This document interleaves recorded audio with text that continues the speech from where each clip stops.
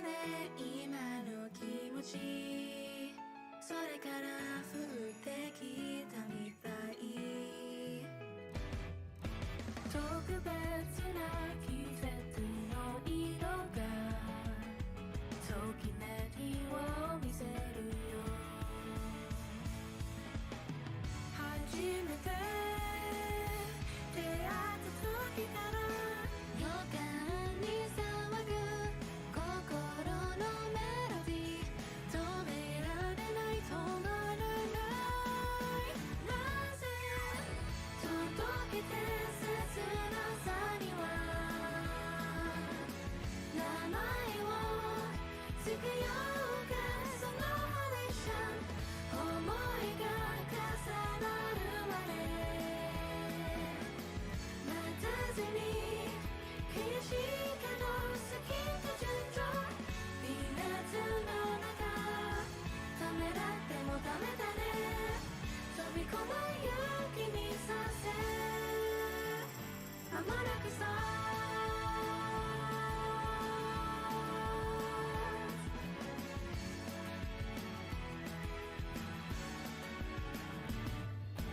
音もなく気配もなく静かに運命は変わる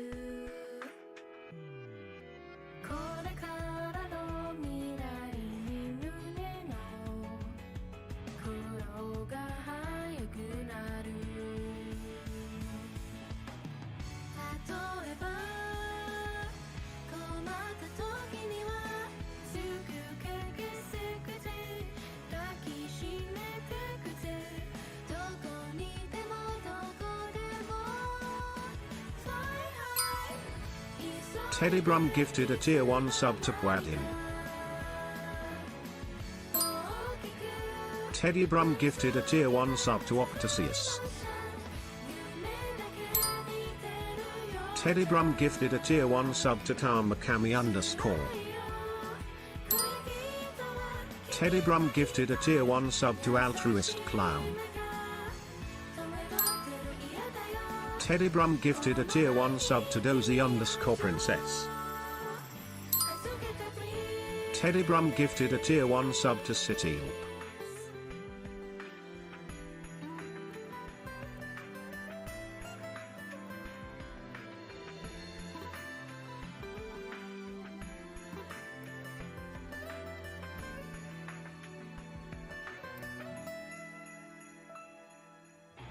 届けて切なさには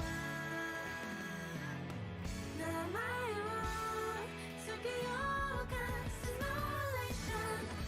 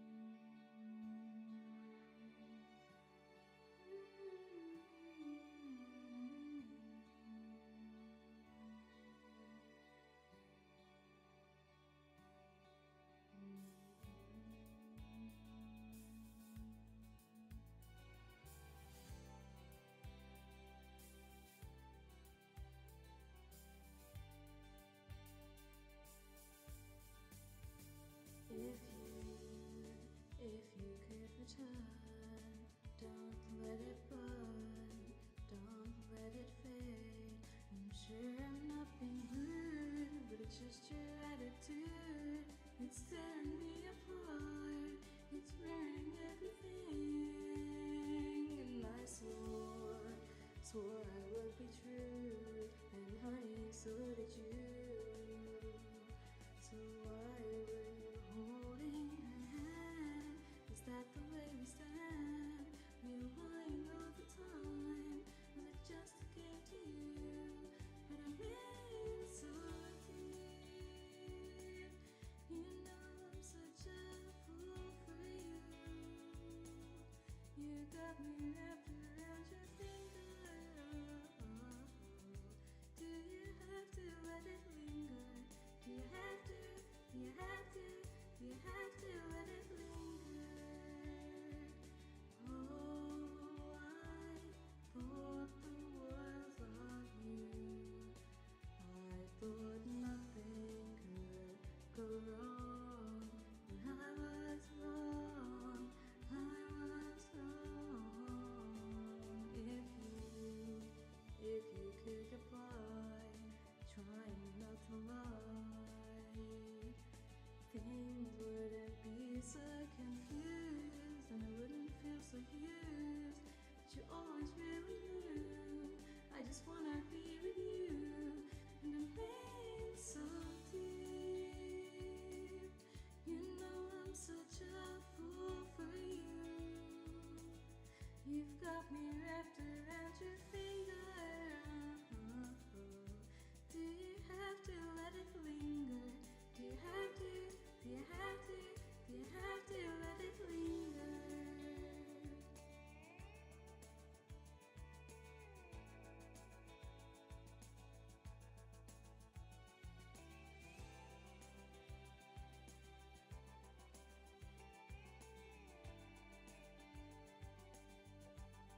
And I'm in so deep.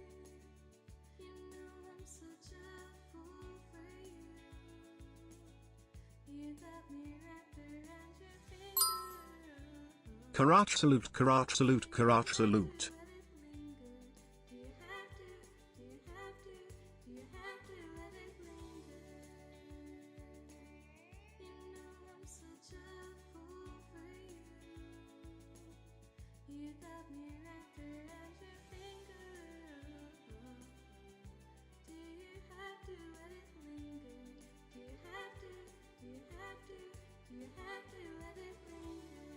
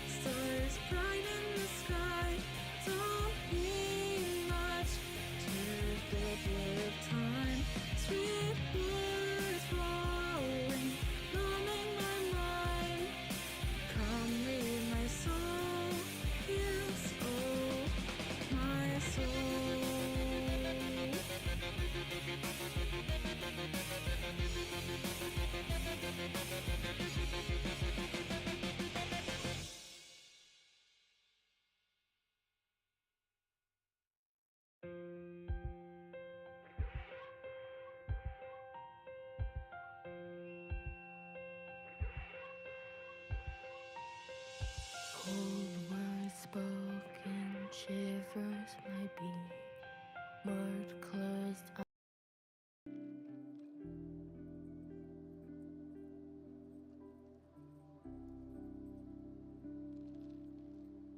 Hello.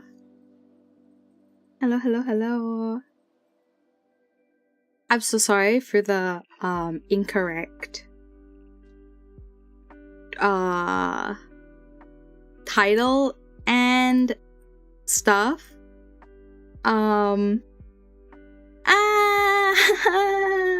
Hello, how are we? Oh my gosh, I'm so... Who let me try to set something up 5 minutes before I stream? Why would somebody let me do that?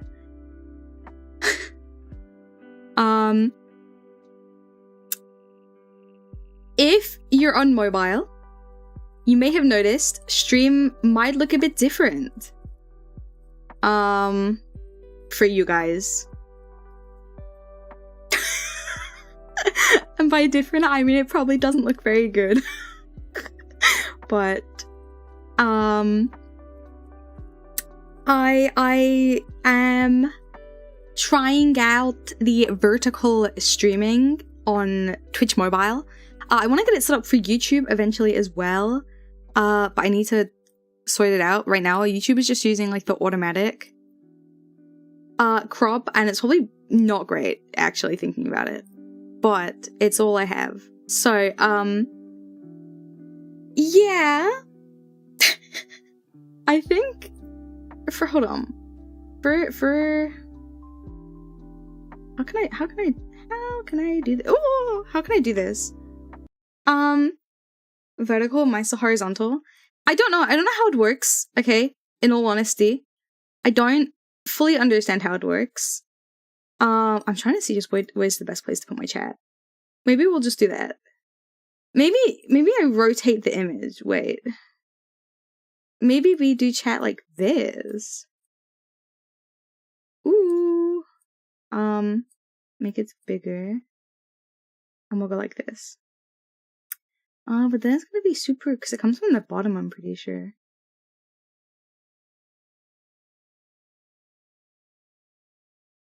We'll do it like this for the now.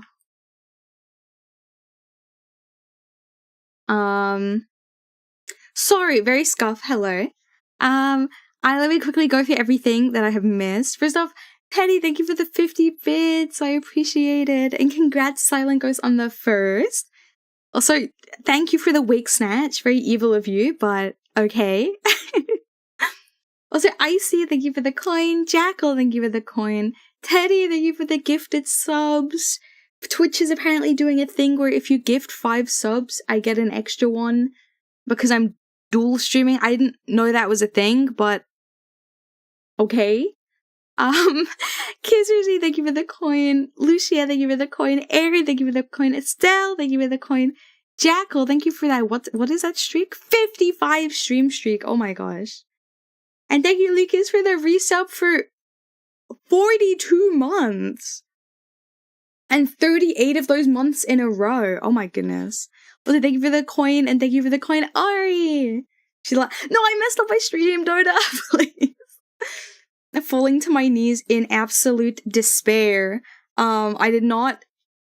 I was setting up the dual streaming thing. And then I hit go live because I thought I had everything sorted. I obviously did not have everything sorted at all in the slightest. But yes, today's stream is book club. It is not whatever the hell. It's not the fundraiser today. Oh, I'm actually losing it. However, I will be keeping the candies on today, just as an extra little thank you to those who donated towards the fundraiser. And the bold redeem will be at 1 channel point for the rest of the week. Yeah, you're still on my eyebrow.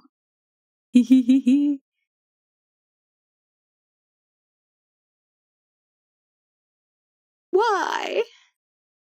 Why would you? Why? No. Don't have to tell me twice. Yeah, you were quick with it. You see Kaya's face closer. Yeah. Yeah, on mobile, I'm a lot bigger. It's just me in chat. I don't have a gaming screen set up for mobile yet. That's something I'll have to figure out. That's gonna be next stream's problem. I am gonna fiddle more with with things off. Oh my god. I'm gonna tweak around more off stream with things. To try and sort out mobile a bit better. But that'll take some time because I just literally set it up 5 minutes beforehand and I didn't realize it would take so much to do. And Klaus, hello, welcome in. Thank you for the coin. And Belamy, hello. Yes, the tragedy today is for book club, which I forgot to put in the title. Book club. Okay, do you see how unprepared I am? We are having book club. We're a bit. We'll start off with some casual chatter. You can't use car emotes in this vertical mode? Wait, what? Can you not? That is weird. You should be able to. Should Wix... Yeah. I'm keeping it for 1 point for the rest of the week. In your PC in your room soon. Yay!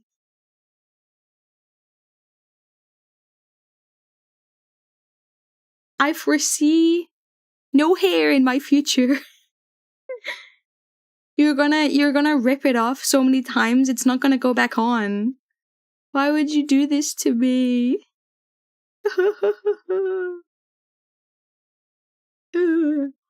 But yeah, okay. Just 13,000 more times. Oh god, please don't. But yeah, I had a few things to talk about. Let me find them. So the first one is well, first off, let me know what your thoughts. For those who can see the vertical stream, let me know your thoughts on it. Especially obviously because you're used to the other version. So let me know what you think, how it looks and stuff. If it looks freaking stupid or what. But yeah. It says follow. I already followed. That's strange indeed. I do not know. I hate it. No! But one of the other things is we need to pick a horror game for me to play as part of the VCF fundraiser. We hit the goal for a scary solo horror game. So when are we getting that done? But I'll take suggestions in Discord. How long? Okay, I would prefer us to do a shorter horror game. You can leave the suggestion in my Discord. I have a stream games suggestion channel. If you can't find it, just post in the Discord that you can't find it, and I'm gonna ask Icy, please, if you can show people where the channel is. Icy in Discord if they need it. But I have a suggestions forum, and it's the one labeled game suggestions _stream. Preferably a game, I would say that's like 5 hours or less. Just because it's one that I obviously have my own games that I'm playing, and I don't want it to be one that will take me too long to get through.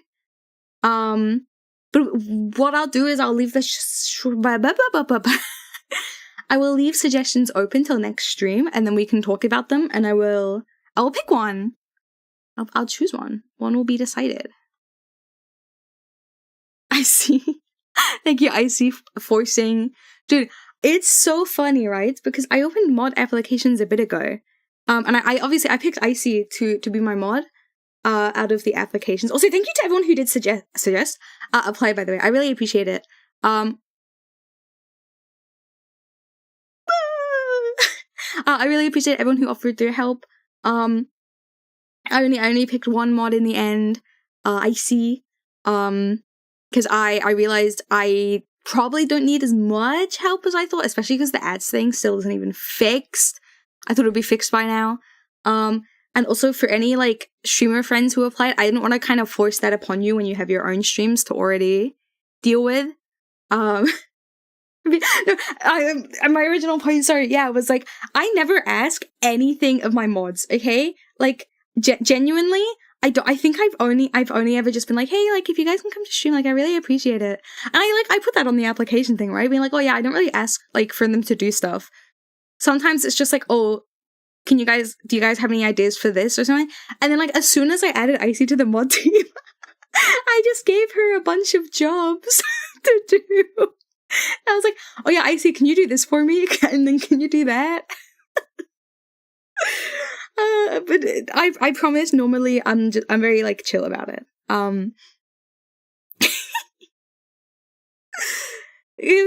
was trying to set up the Choicer Voicer stuff.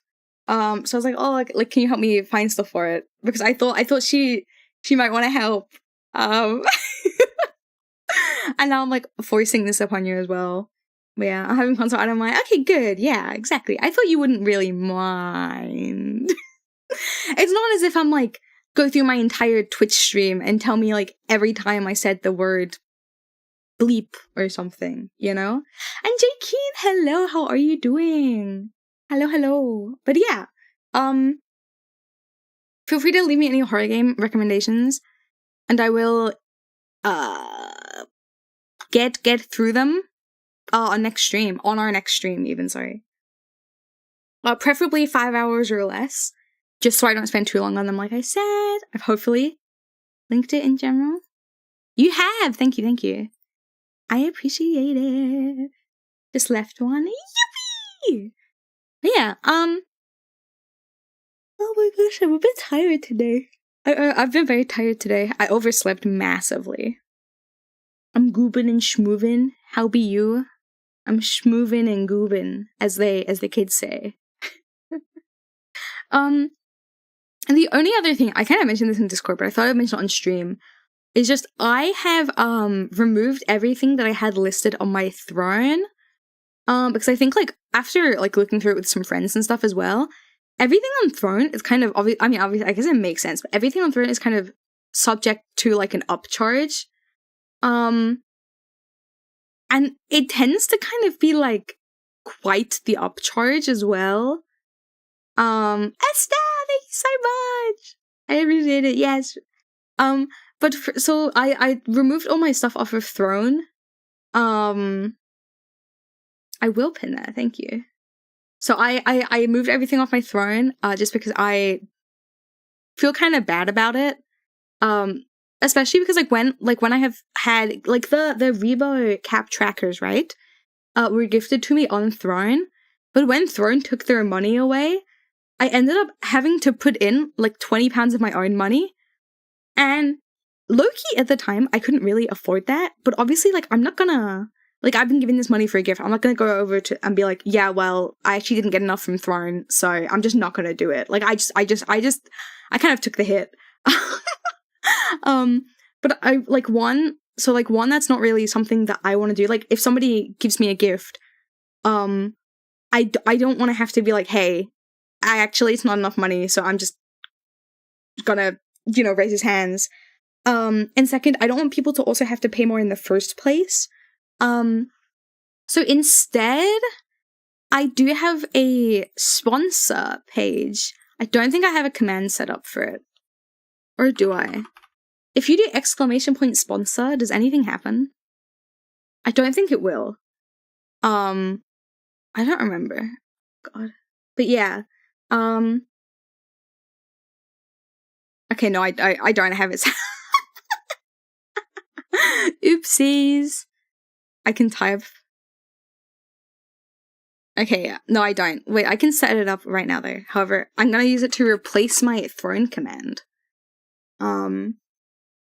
Because I have both a sponsor, hold on, and just stream elements tip. So if you would like to, ever give me any money or anything like that, no pressure, but I would prefer it to be done through those instead of Throne from now on. I haven't deleted my Throne account, just so like my username is still on there, but it is empty. And if there are any, what's the word, suggestions put in there, I probably won't put them, I can't speak. I probably won't approve them to go onto Throne. So if you would still like to suggest things, that could be okay. But I would like upload it elsewhere, likely, for less fees. The sponsor link? True. So ! sponsor should now work, I think. If you're on PC, you can scroll down. Yes, exactly.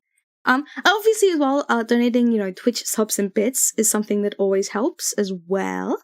Obviously the Twitch money split is very different, but also if you donate things through Twitch, usually you get something out of it. For example, if you subscribe, you get emotes, you get no ads on the stream and that kind of thing, as opposed to just a flat donation. Whilst I will get more, you won't get my emotes or ad-free type stuff. Yes, you get an image of my dog booping her nose around. But yeah, I just wanted to address that. Because I was trying to gift something to somebody, right? I felt so rude doing this, but I wanted to gift Azul something, because they did origami and they put like origami paper on their thing, and I was like, oh my god, like, the reason they're doing origami, I won't give too much away, but may have been in part, you know, inspired to do it from something they're doing for me, wink wink. So I was like, oh my god, like I would love to buy them the origami paper that they put on their throne, and it was like, I think it was like maybe £15 or something, like that. I don't remember the exact amount, so I went to buy it. I was like, damn, that must be a lot of paper. And I go to buy it, and it added like another £15 of shipping. For paper. From Amazon. Paper from Amazon needed an extra £15 shipping. And normally I would never obviously message the person to be like, yo. But obviously I'm friends with Azul, so I sent him a message, and I was like, hey, like, looking not to be rude, but is it cheaper for you to just buy it yourself? And if it is, can I just like send you a donation? And he checked, and it was literally like so much cheaper. So I just sent a donation instead, because I was like, I'd like save money on the fees and all that, you know? Yeah.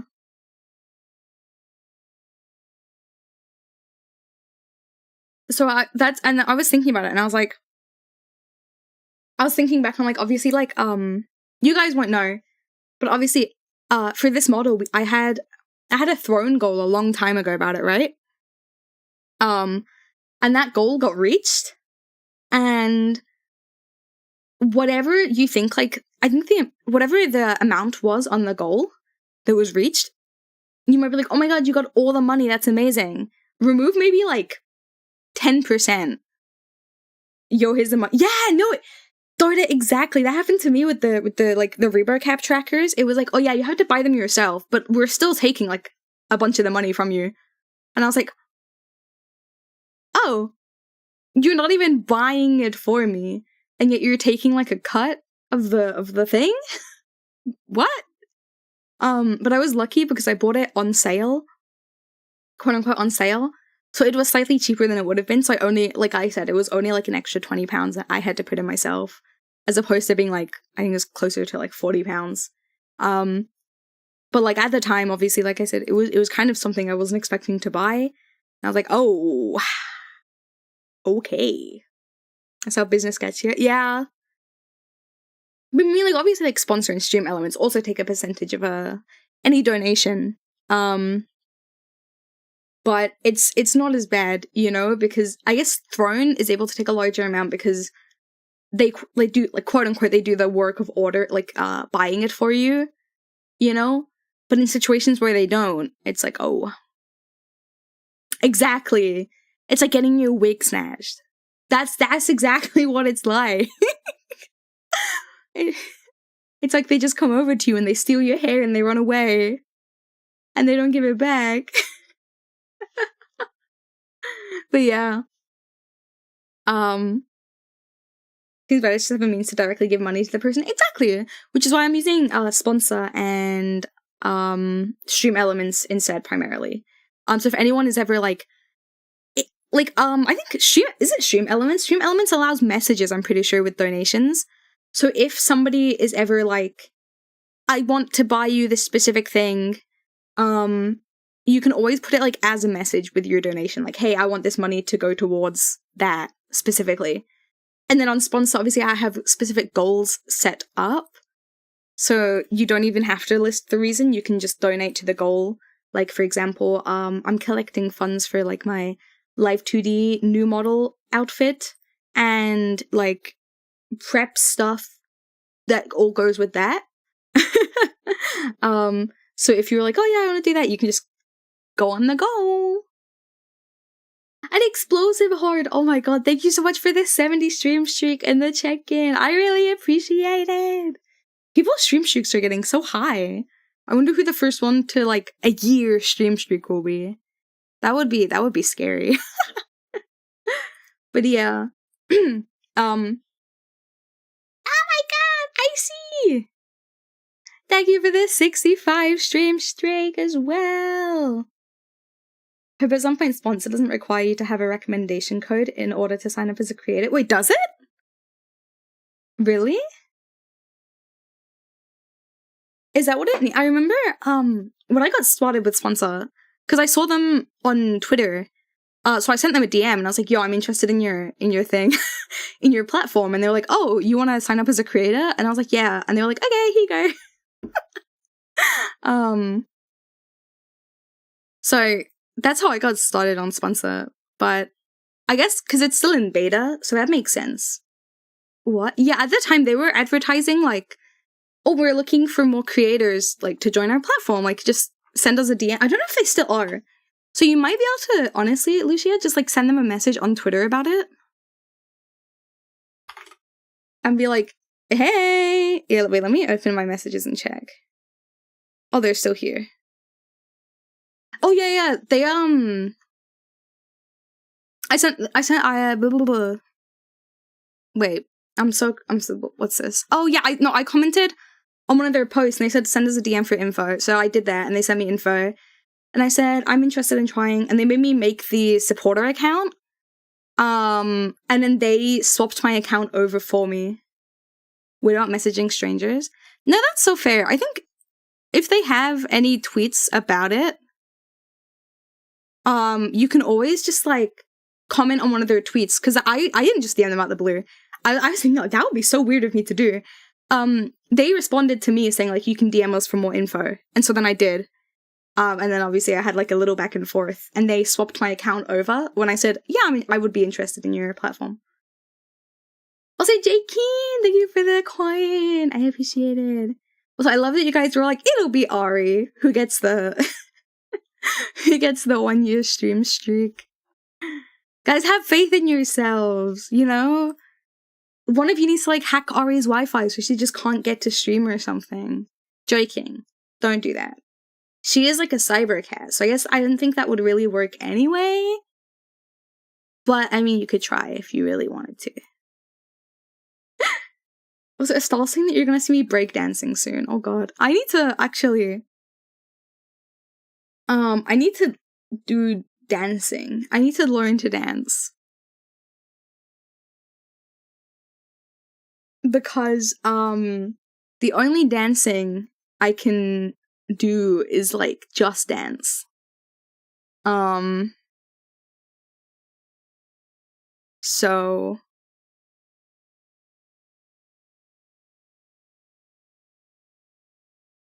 that just reminded me, I reached out to a friend to be like, hey, do you have any tips on learning to dance? Hold on.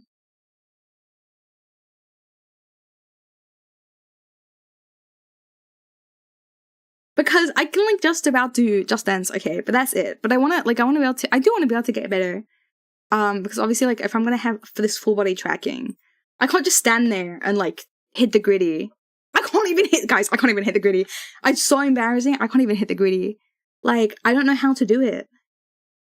You can steal my streak from my cold robot hands. No!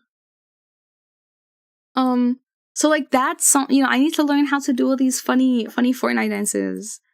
You guys are like, I turn on like my not my camera, my my VTube.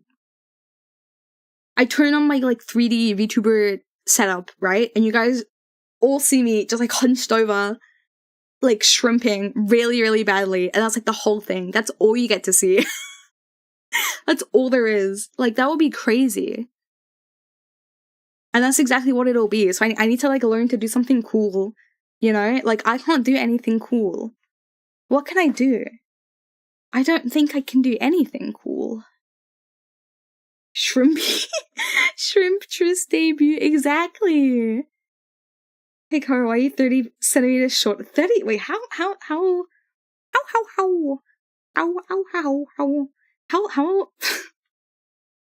30 centimeters in inches. 11 inches? Wait, you think I'm... Wait, how many inches are in a foot?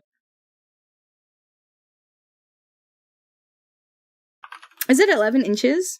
12? Oh. You think I'm, like, 4'5"? Because I'm shrimping? I just, like, fold in on myself? Oh my god, that would be... Okay, that would be, like, unprecedented levels of shrimping. I don't think I'm that shrimpy. I'm trying to get better with it. It's so embarrassing. Even shorter than me. Yeah, that would be crazy. It's Liquidism. Thank you for the coin. Hello. And hi, Oricons. I'm doing well. I hope you are.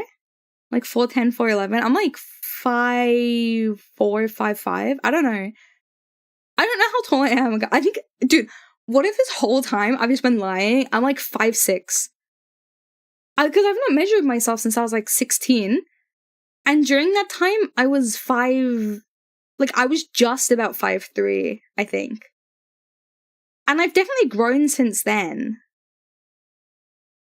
So maybe I'm like super tall now.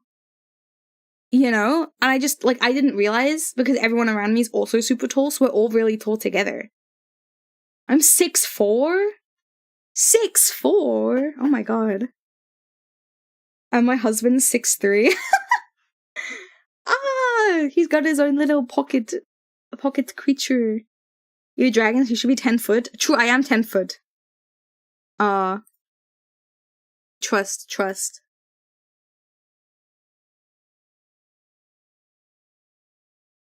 Yeah, I for my VTuber model, I don't know the 3D model's exact height, actually. My live 2D model, my live 2D model is 5'4", or at least like close enough around that height. Cause Ari, like scaled the model to be 5'4". I think my 3D model is probably like close enough. It's close enough, you know? I don't know how much I am in toes or whatever, but human system, 184 centimeters in feet. That's like apparently 6 foot. Damn. How tall than scrambled eggs? At least 2 scrambled eggs tall. She's only 3 apples tall. I'm actually not the smallest dragon ever. I'm actually pretty tall for a dragon, guys. I'm 10 foot, totally. I just shortened myself to not appear intimidating. It's all part of my my plan. Be like short and evil. So you guys are like, oh my god, like she's like average height. Like she would never burn down a building. You know? And then I burn down a building. And you're like, that bold little girl over there couldn't have done that. But it was me! I burned down the building. How many football fields is that? I'm like 5 football fields long. Not tall, long. Wide. I'm 5 football fields wide. And I'm 5 foot 4 inches tall. Does this mean I can give Chad uppies?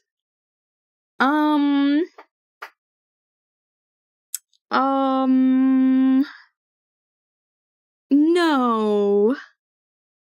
I want the uppies if anyone's getting it around here. This dragon can fit in so many football fields. Awful match. I'm sorry, Lucas. But yeah, welcome in. Hello. We're discussing how wide I am and tall I am. Thank you for the head pets. Hello, Smoggy. I hope you're well. Wow. But yeah, how did we get here again? Our first tragedy, because I won't give you uppies. Blech. Get screwed. I'm too weak to lift anybody up. Low key. Maybe if like, how long are you? Oh, you don't want to know.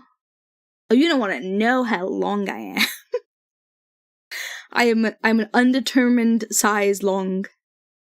Don't worry about it. What's my policy on uppies? Can I raise your spirits up like church? Like never? How long that tail? Dude, Eri would never give me uppies. She's like, okay, for as much as like she's like, oh yeah, my stereotype is like I'm a cool kudere or whatever.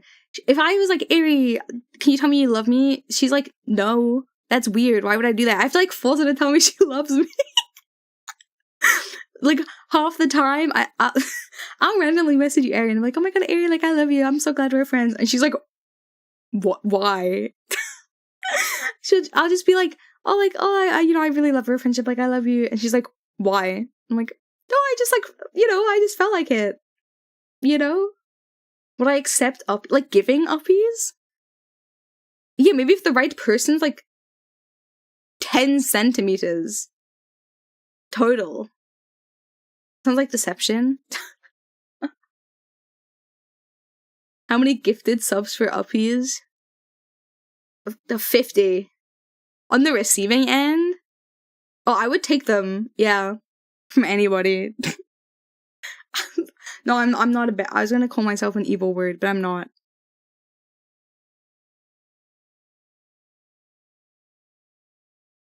What, ulterior motives for saying you love somebody? Wait, like, me?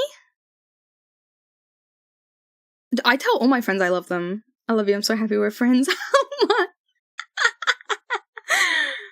I tell my friends I love them quite a bit. Mostly my girlfriends. I have weird experience telling my guy friends that I love them. But mostly... But I don't know, maybe I'm just a very loving person. Did you ever consider that? My evil motives is I want your trust and affection. Okay? Is that so wrong? Is that so evil and messed up? Is that so wrong? Super awkward once I first experienced friends telling me they love me. I either awkwardly said thanks or just smiled. I strongly accept our friendship. Thumbs up emoji. Yeah, I just got... I just banged my elbow. I just have a lot of love to share. And give, I'm so loving. Yeah, have you considered, guys, maybe I'm just full of love and whimsy.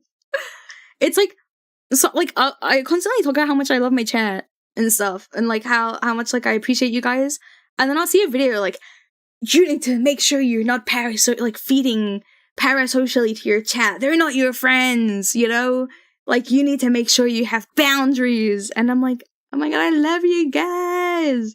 Oh my god, you guys are so awesome. What like you need to hate us. But I think like I understand the parasocial, like, what's it called? The parasocial, like, tendencies that conform with a chat model. Hello? Did I say the evil curse word? Hello?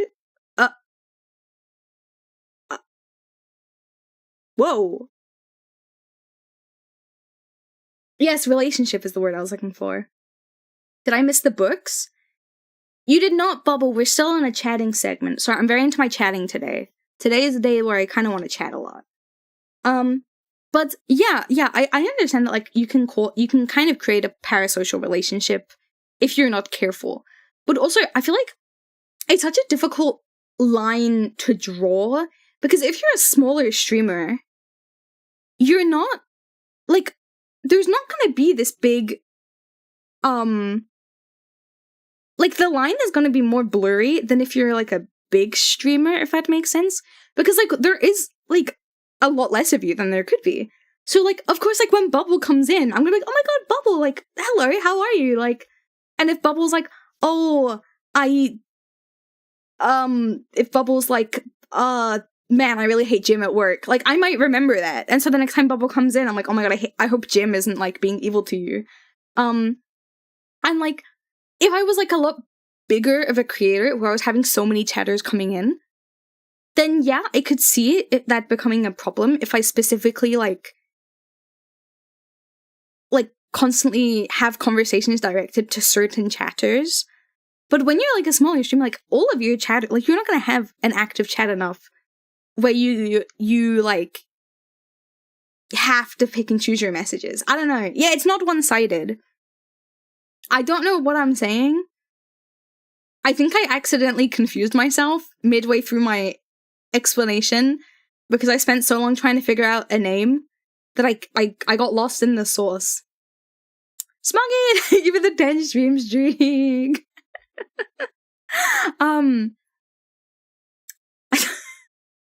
I confused my. Thank you for the self-care.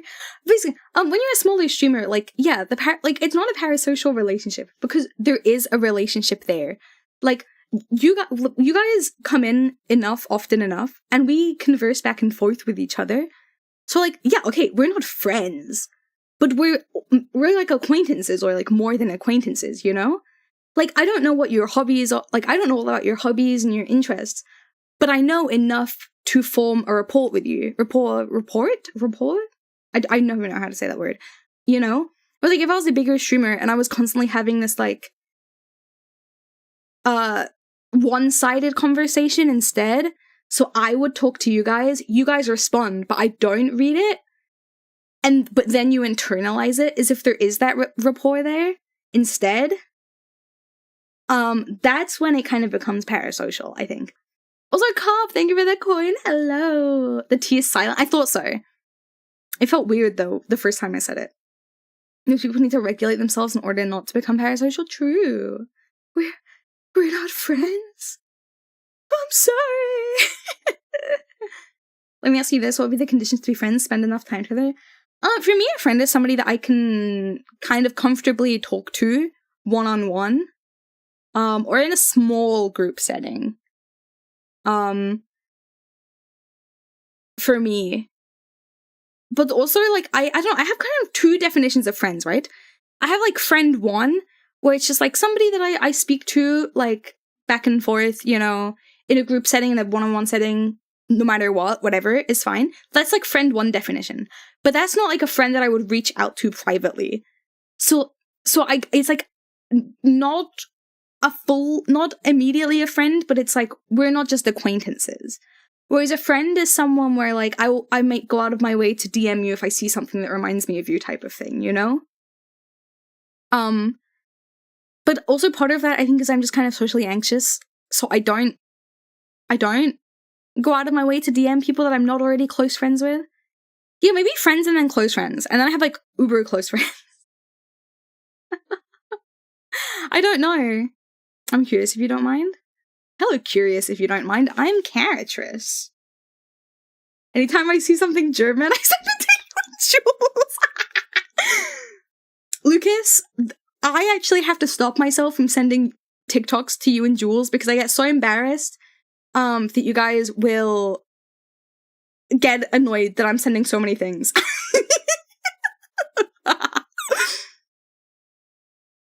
Oh, wait, what did Bubble say? I want to read up. I see a paragraph. I'm interested. An easy way I've thought about it is that a streamer can take in 100 bits of information. If they have 5 viewers, each person can give them 20 whole bits of information. If they have 50 viewers, they can only take 2 bits of information from each viewer. If they have 50 viewers and they take 20 bits of information from one, that's 9 other viewers they can't take bits from. This isn't a good or bad thing, it's just the way it is. True! Friend 102? Wait, what? Why'd you quick scope that dad joke? What? I would consider you a friend at this point, but I wouldn't say you're close. Yeah, exactly, Lucia. I would agree.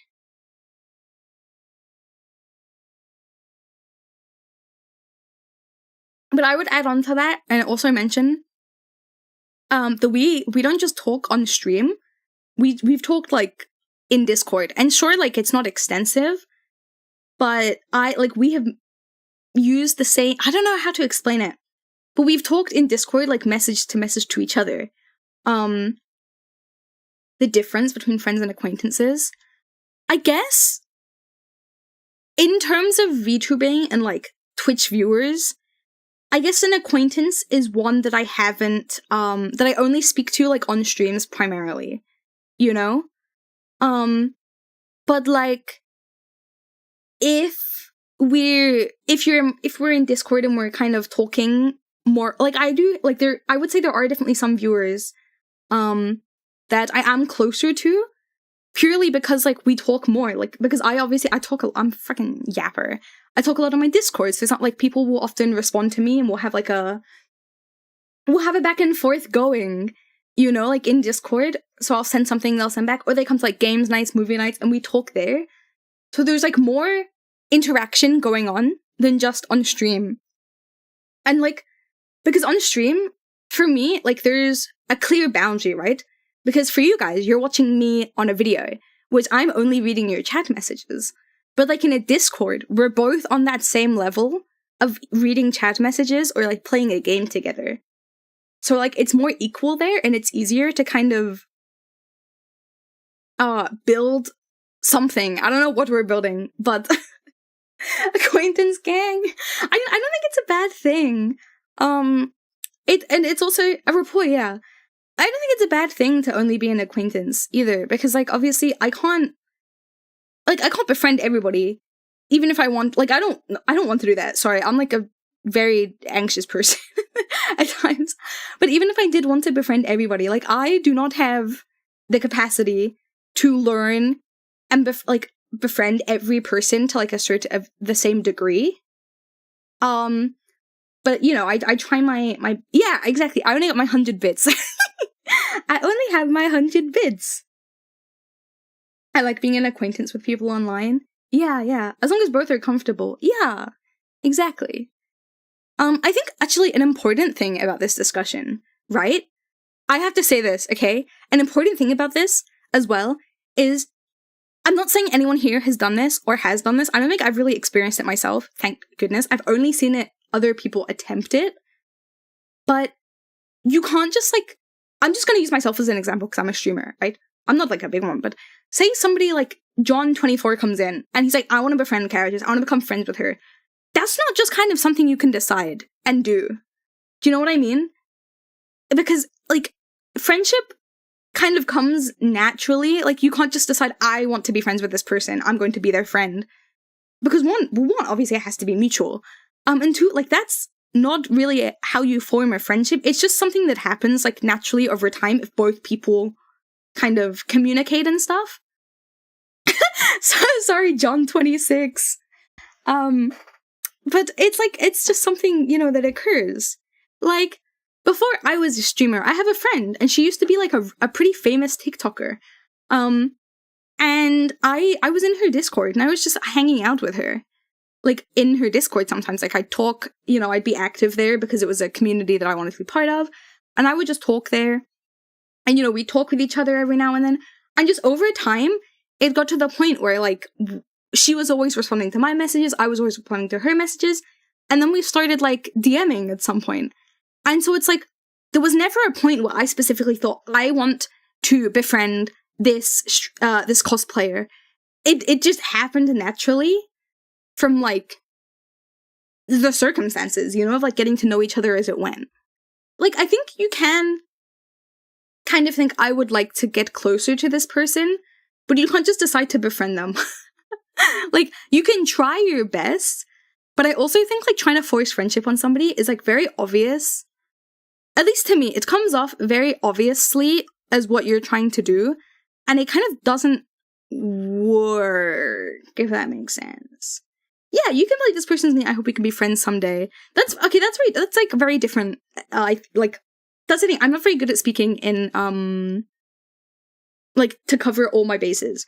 Like, obviously, you can be like, I hope I can befriend this person, like, one day. I want to, but you can't just be like, I want to befriend this person, I'm gonna start, like, immediately going to them and trying to be like, hey, can we be friends? I think is more so the point I'm trying to make. So I have a clip in my mic. Hold on.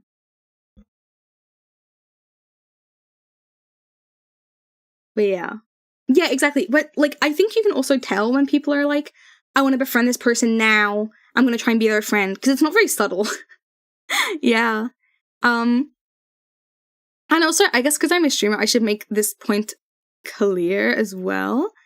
I, like, would not befriend, like, not, how do I say that? I will never be more willing to befriend somebody just because they've, like, donated or subbed or given anything to me either. Like, that does not influence my process of wanting to befriend a person. I actually find it harder, in a way, to kind of, interact with people who've given me stuff before, because I feel, like, incredibly just kind of grateful towards them. So I feel like, oh, how do I, like, come across to them? How do I make sure I come across to them that I'm very grateful for them? So it kind of makes me a little bit more, not inauthentic. It feels, I guess I try not to come across inauthentic, but I kind of overthink a little bit I feel indebted to them. So I kind of more overthink and, like, rehearse my conversation. So I guess that is kind of inauthentic. I don't intend it to be. It's just, yeah. I shouldn't have played that game. I know, I just, it makes me feel like I have to repay what you've done for me, type of thing. There are many people I would enjoy being friends with. There are a few I'd put sincere effort into becoming friends with, and there's none that I'd force it on. Characters more like Kara Poser. Money sours the whole interaction. I mean, no, not necessarily. Like, I'm gonna, like, never get a donation from anybody ever again. But yeah, for, like, it does, kind of put up an extra wall for me, because it's like, on the one hand, I want to make sure this person knows that I'm so incredibly grateful for them. On the other hand, I also want this person to not think that I'm treating them special for their donation that would incline them to donate more. Do you know what I mean? Like, I never want someone to think, oh, I donated, like, this thing to Caratrice and she, like, hung out with me afterwards. If I keep doing it, she'll hang out with me more. I like, it's like, I want to make sure I come across as kind to them, but I also don't want to feed into that kind of thinking with it. So that's why it's very hard for me, because I'm like, how do I make this person feel grateful without feeling like I'm treating them more special? Do you know what I mean? I like being simple. You want to be friends? Sure, because we ball. If not, right? I donate more to keep people at a distance? No!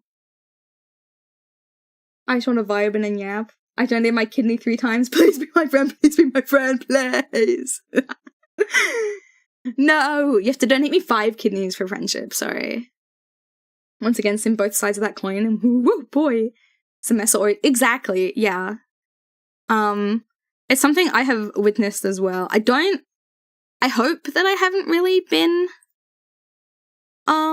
leaning into it. Like I said, I mean, I'm only human. I might have made the mistake before of leading people to think that kind of way, but I would hope that I never have.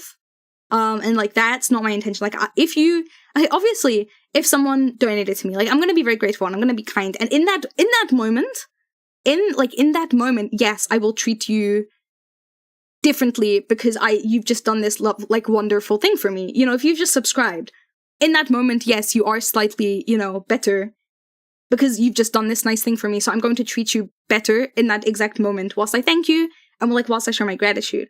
But after that, it's over, you know? That sounds so evil of me to say, but, like, that's what I mean. Like, you get, like, if you donate something, you get that one moment of being, like, better. You don't get more of my time or my attention off of that, like, permanently. It's, like, a nice thing to do, so obviously I'm gonna be very happy and grateful for it. But no. We're just friends because I made the bot, right? Yeah, Lucas, how did you know? As soon as you stop updating the bot, you're gone, you're dead to me. It's only evil if you're unhealthy. That's exactly. Yeah. So I just didn't know how to word it. I think I worded that in like the most evil way, but I hope the point gets across. I just mean it of like, obviously, you know, if somebody donates, gives a sub, like gives me some bits, in that moment, you are, you know, I'm gonna thank you because you've just done something nice. And so I am gonna view you like slightly better. But then after that moment, like it ends. Like I don't want to make you think that just because you give me something, you're entitled to something in return.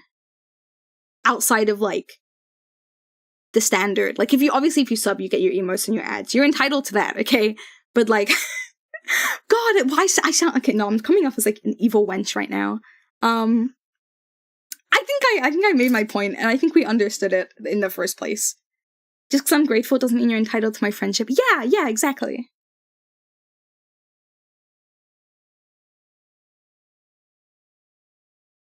And also, as well, just because I'm grateful doesn't mean you can get away with stuff either.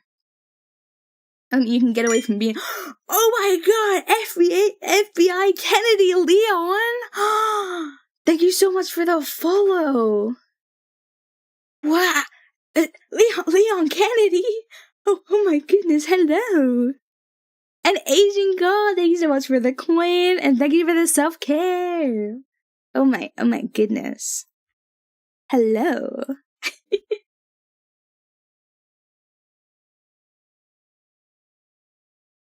How about those books? We'll get to book club soon. I'm sorry, my book club students is away. So what I'm hearing is that for the next 10 seconds, I'm better than y'all birdie over lul/s. Bubble, thank you so much for the 250 bits. I really appreciate it. Yeah, exactly. Bubble's like gonna like send an angry message in my Discord like, I gave you money, why are we not best friends now? Why do you hate me? What the hell? I gave you money, why won't you respond to me right now? But yeah. It's I guess the whole point I was making across this whole conversation is like the parasocial line I think is very difficult to discuss because it's something that kind of has to be like individual to every single person. Because the line in it is so hard to set because it is constantly changing depending on like the streamer's size, their content, all of that stuff. But for me personally, I kind of gave my opinion on things, obviously. Streamer, why would you date me, streamer? Streamer, I give you $2.50 pre-tax, streamer. Yeah, so you have to give me $2.50 after tax for that one, for the good night and good morning tax. It is expectation to most people that if they give money, they think it's an instant ticket to friendship. I don't think that's something that most people expect. I know some people obviously do that, but I think like a majority of people that kind of donate, like, are very normal and chill and relaxed about it. From my experience, at least. I don't know. For me, in my personal experiences, I can only speak personally after all. But yeah. Hello, Jules! Oh my god, Jules, did I read out your message earlier? Are we friends just because I'm subbed to you? Jules, yes, that's the only reason we're friends, because you're subscribed to me. I'm sorry I had to find out this way, but as soon as your subscription goes away, I will promptly block you. No. Started out moderating for a cosplayer for a couple years. Yeah, Bubble, literally same. Literally same. Well, yeah. Oh my gosh. Sorry, well, I will open up the book club things now. But if anybody else has anything they would like to add to the conversation, obviously your opinions are welcome. Because I just find it a very interesting thing. Psychology graduate moment. I'm just very interested in that stuff. Let me go and find the thing.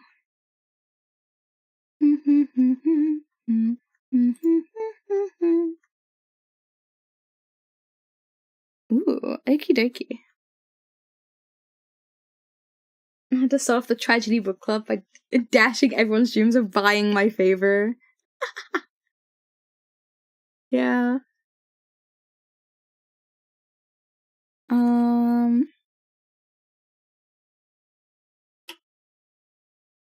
I feel like my main motivation for donating to a streamer is to show them I appreciate the content and want them to continue. Yeah, I think that's like how you should be doing it as well.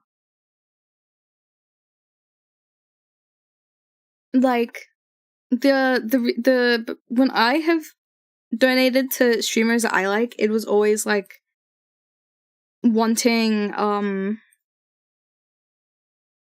to help with whatever their current goal is or something. Sorry, I'm trying to look for the book club thing.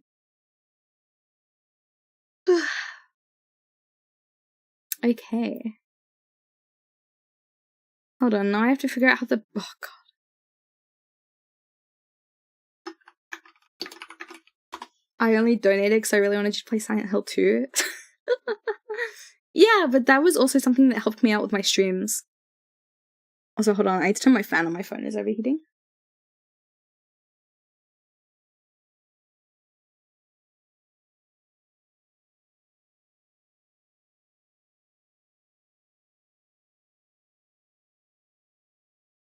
Okay. We got some great content from that stream, from that game. Yeah, and it was a game that I had wanted to play as well, and I had talked about wanting to play it, so... That's my BRB screen. Okay, that's not what I wanted to put on here. Hold on. Sorry, I'm new to this whole dual stream thing. What's the price of happiness? Streamers give me smiles and laughs I wouldn't otherwise find. It's not an obligation to return that, it's a joy. Ah, exactly, Bubble. And thank you so much for the bits once again. I appreciate it. But I think you're right, yes. Oh, hold on. Exactly. I simply like VTubers. Based opinion? Based? Me when I based the chicken? Where should I put the book on this screen? I don't know. I guess we'll put it up there. Okay. So, on your forehead, I actually did put it on my forehead on my vertical stream because there's like no space anywhere.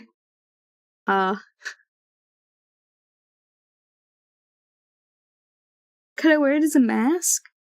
I mean, I guess. I'm not going to though. Give me.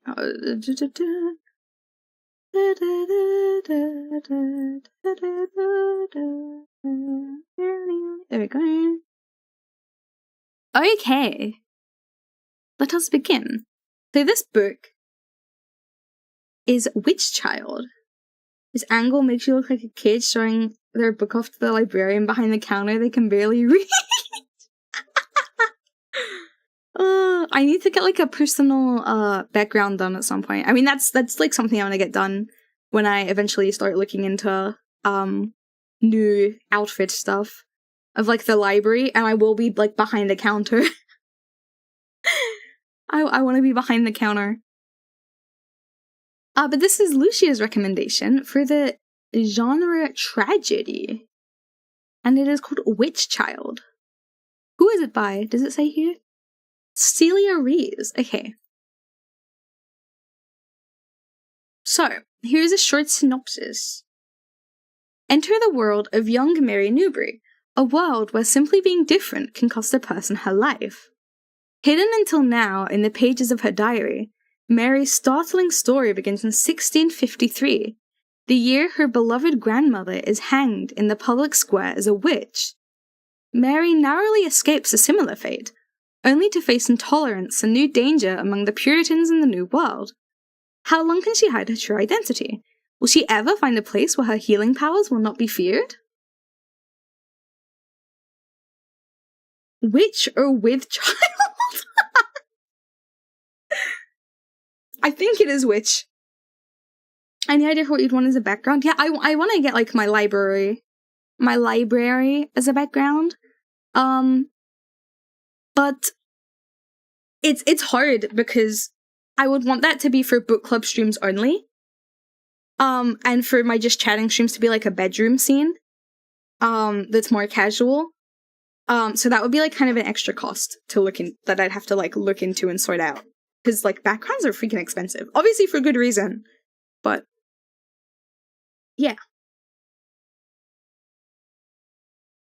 But yeah, Witch Child, that is the synopsis. Obviously, you know, may or may not be about witches and the witch trials. I'm gonna take a guess that this may not have the best ending, considering our genre. But I asked Lucia for her personal reasonings behind her choice. And for why did you recommend this book, she said, it's really good, though the author in general is really good as well. I'll probably submit other books from her at some point. I see. I don't know the author. Let's see. What other things? I mean, wait, what is this? On Goodreads, it does have a 3.8 star. Which I think is pretty decent, right? I think. Probably, hopefully. Potentially. Well, yeah. Oh god, I accidentally scrolled too far up. Here we go. I said, sorry. What kind of person do you think would enjoy this book? And she said someone who likes the tragedy of the witch trials. And also, one thing that you think makes this book stand out is it's been too long. I know I really enjoyed it though, which is very fair. Yeah, I think obviously, I mean the synopsis not I don't mean this in a negative way, but the synopsis is pretty general, I would say. Like it does kind of describe the plot I would expect from a book about a witch trial. So it's like I don't mean that in a bad way. You know, like I realize that sounds like I'm like, oh yeah, it's very standard. But like that's not necessarily a bad thing to be, you know? I've read 3 other books by her and really enjoyed all of them. Oh, which ones? Unless you're keeping them secret for when you submit them in the future, which I understand. The book is written in the form of her diary. Ooh, that is interesting. I like that. It feels more personal. And I like a good biased narrative. Yeah, I think that would also work well, because obviously, actually no, this is very assumptive of me. I was gonna say, we all studied the witch trials, obviously, right? Guys in like history growing up. And then I was like, that's not how the world works. But Kid Kat, thank you for the coin. We did? Yeah, I realized just before I said it that probably not. But like for me, like it would, like for me who has kind of like it was something I learned about, it's more interesting for me to hear the personal stories as opposed to like just a bigger kind of more historical piece. So that for me like makes this book stand out more, even though I've not read it, but that is a personal draw for me. I wouldn't say study it. Maybe that was, I don't know, it's just a my school thing, you know? We did about the witch trials and stuff. So, like, for me, something more personal is more intriguing than, like, essentially kind of relearning more about what I already knew. History classes, I mean, mine were focused on Scottish history, more specifically. Yeah, that's fair. I mean, mine was a lot of British history and such. We learned about them too? Oh! Heck yes. So ads are gonna start in a minute, so I won't start a new book until they're over. I will actually, I think, send us to a BRB screen. in just a moment, if that's okay. I just realized my vertical sources don't have a BRB screen. Like, okay, oh, no, wait, if anyone was on the vertical scene, I just sent you to the void. Sorry about that. I just did it again! They're just fading in and out of consciousness. I am gonna quickly set up... I need to quickly set up the BRB screen for them, so... I will be...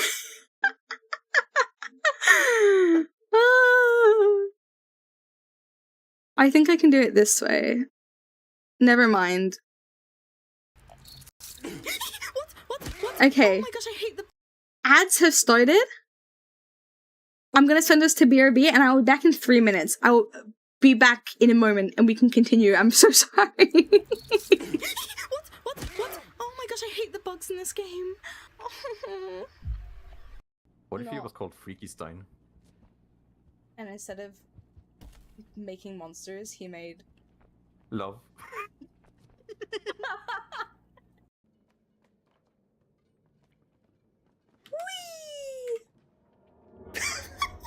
Yeah! Wee! Who could have seen that coming? Sometimes you have to jump for the love of the game. Oh my gosh, is that Freddy Fazbear? Or... You're like weird, right? Can I say something weird? Yeah. For the longest time, I thought bricked up meant like you were really strong. Unfortunately, I almost it does not. died. That's genuinely what I thought. Like, that's what I thought people would say it for. Cause like I saw people making memes about it, right? And I didn't. So I thought like, haha, yes, me when I'm so bricked up. And then I said it to somebody, and they're like, haha, yeah. And they're like, haha, yes, with your giant dick. And I was like, what? Me when I'm bricked up, and it's just you being really wholesome, like, a croissant. That's me when I'm bricked up. Guys. So, Oh, you first. that weather, eh? Okay, yours was useless. Guys, did you know? So my epic plan is this.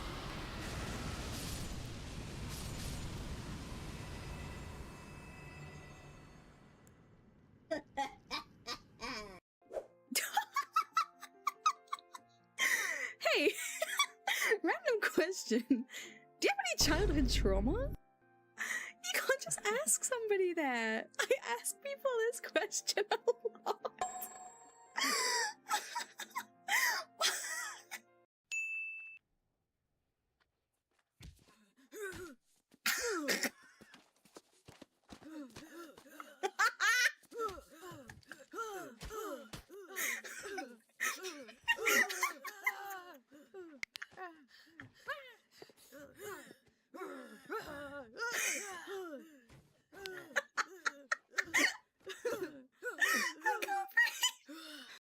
Is there any other evidence to be Breaking presented? news. Oh, breaking news.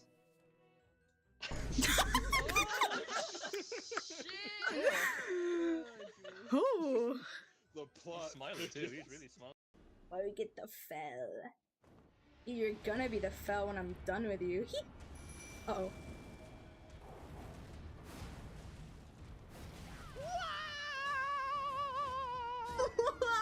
I was the fell. I was the fell. I was the fell.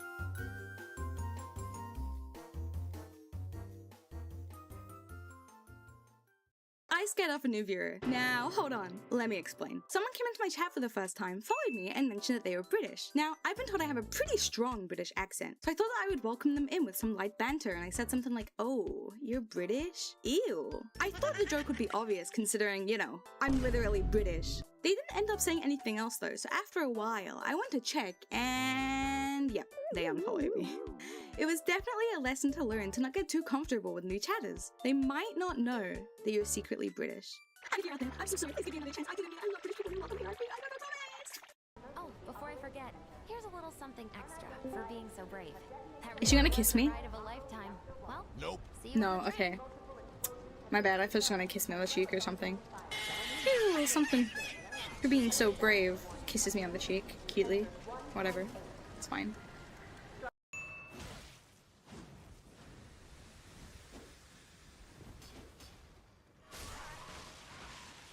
Oh my god, no way, it got him instead. I didn't even get to kill him! One time, I jumped out in a mental hospital.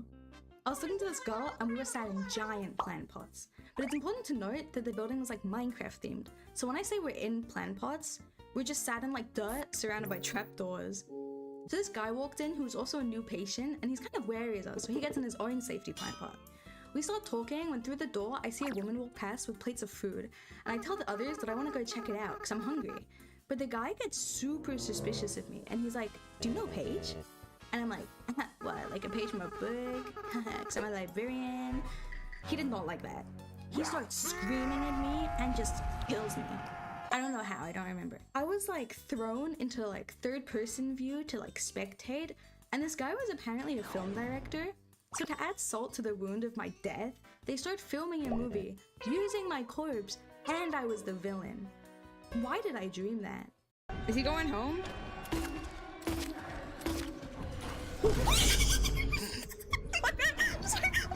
I'm sorry. I thought he was gonna just on autopilot walk away. I didn't like that. What was that? No. Whoa, why was there ASMR in my ears? Oh no, what was that? What was that? What was that? No.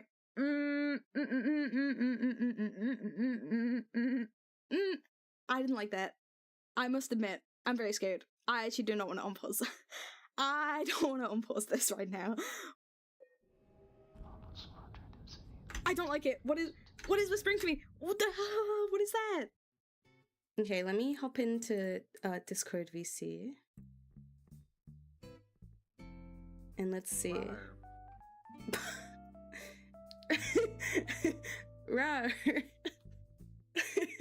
That's my Discord join noise. I know it would play.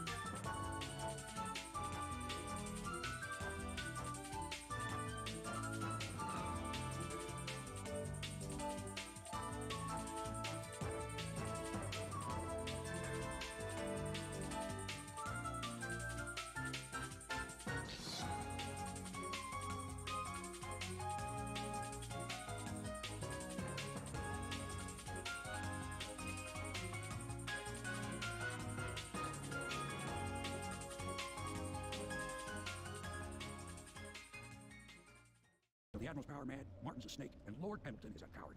And you, Corvo, the things you've done, you could be the worst of us. Okay, you know what? Maybe I do wish hope you get the good luck, plague. But I'd be lying. Out, Corvo. That's It's in why I'm high gonna tell them chaos. You're coming.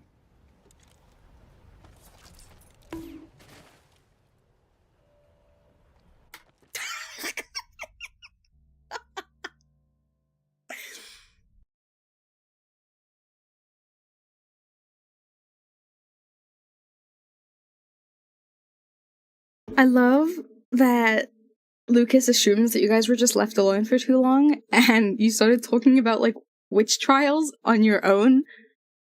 Completely unprompted.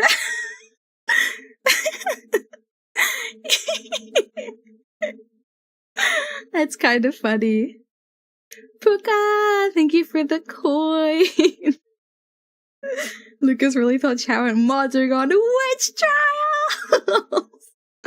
He comes back and he's like, oh, I should not have left. He's like, Cara's gonna be so mad. Oh, that's funny though. Oh. I'm gonna ban everybody who talked about witch trials. How dare you?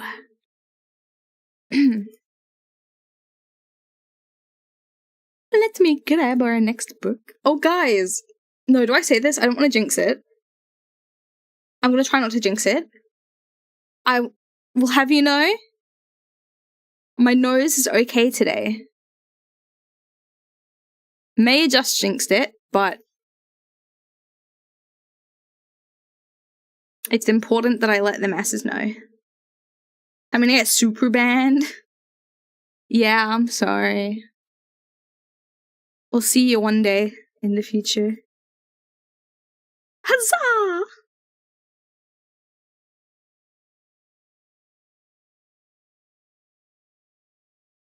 I'm so scared of jinxing it, but...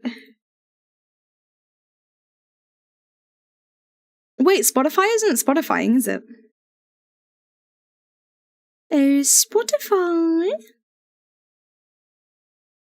Why are you not tracking? There you go. Be real shame if someone got your nose. It would. Okay. So this is Whale Star the Gyeongsong Mermaid. It's a webtoon. Here is a synopsis. The year is 1926 in this retelling of Hans Christian Andersen's The Little Mermaid, and Joseon, present-day Korea, is under colonial Japanese rule. Sua is a handmaiden who spends her days working and swimming in the sea. Her work is her whole life, until one day when she discovers a wounded independence fighter named Uhyun Kang washed up on the shore. Why do I struggle more reading the name romanized than if it was probably in Korean? She nurses him back to health, only to lose her ability to speak in a botched... Oh, sorry. She nurses him back to health, only to lose her ability to speak in a botched murder attempt by Uhyun's comrade, Hae-soo Song. As she travels to the capital, Gyeongsong, present-day Seoul, to get revenge, she finds herself growing more and more intertwined with a strange, brave new world and the people within it. Oh ho ho ho. Ah ha ho. The Little Mermaid, huh? Why is your face zoomed in? Oh, Snake, welcome in. It may be because if you're on mobile, I'm trying out a new format of vertical streaming. I think someone mentioned there's a way to swap back to the normal version, right? Did somebody say that? Maybe I'm crazy. That you see on desktop. I mean, yeah, totally what J-Keen said. I'm trying to actually get through your screen instead. Let me out, please. We like face only stream. Yeah, I mean, okay, hold on. For anybody who's on PC, okay, this is what the stream looks like on mobile. It's just my face. It's just my face only. And Snake, thank you so much for the follow. I appreciate it. I hope you're doing well. Apuka! Thank you for the 15 stream streak. Zoom. Yeah. I don't know what the format for vertical streams is gonna be like for gaming. We're gonna figure that out. when I do a gaming stream. So we'll see. We'll see what happens with it.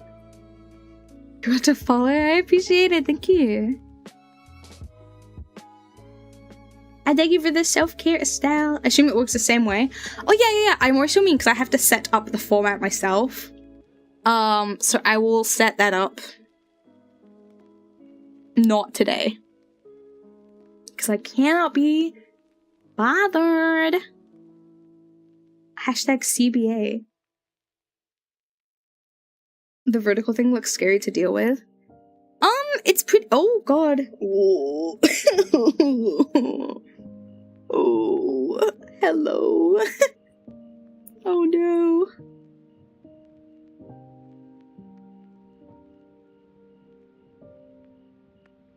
Did you play Undertale? I did not. The Corb! The vertical thing? There's a video that you can use that Twitch made, actually, and it was very useful. Super helpful. It's very, actually, simple to do.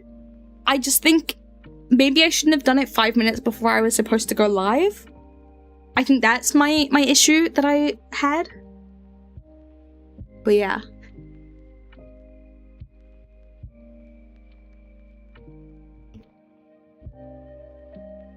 Get inflated.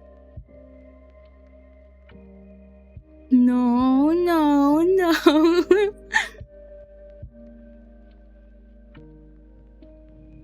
Okie doke. So I asked, why did you recommend this book? And Lucia said it's very good and sad and dark. I said, what kind of person do you think would enjoy this book? And yeah, someone who likes a good, sad and dark story. It's also beautifully sad and deep, and the art is very pretty. I think you can tell by the banner here as well that the art is pretty. I said, what's one thing you think makes this book stand out? And she said, it doesn't make it stand out necessarily, but it's the first tragedy I read in webcomic form, so it's special to me. I think that's something that makes it stand out. Like, maybe it doesn't stand out to everybody, but it stands out to you, and I think that's important.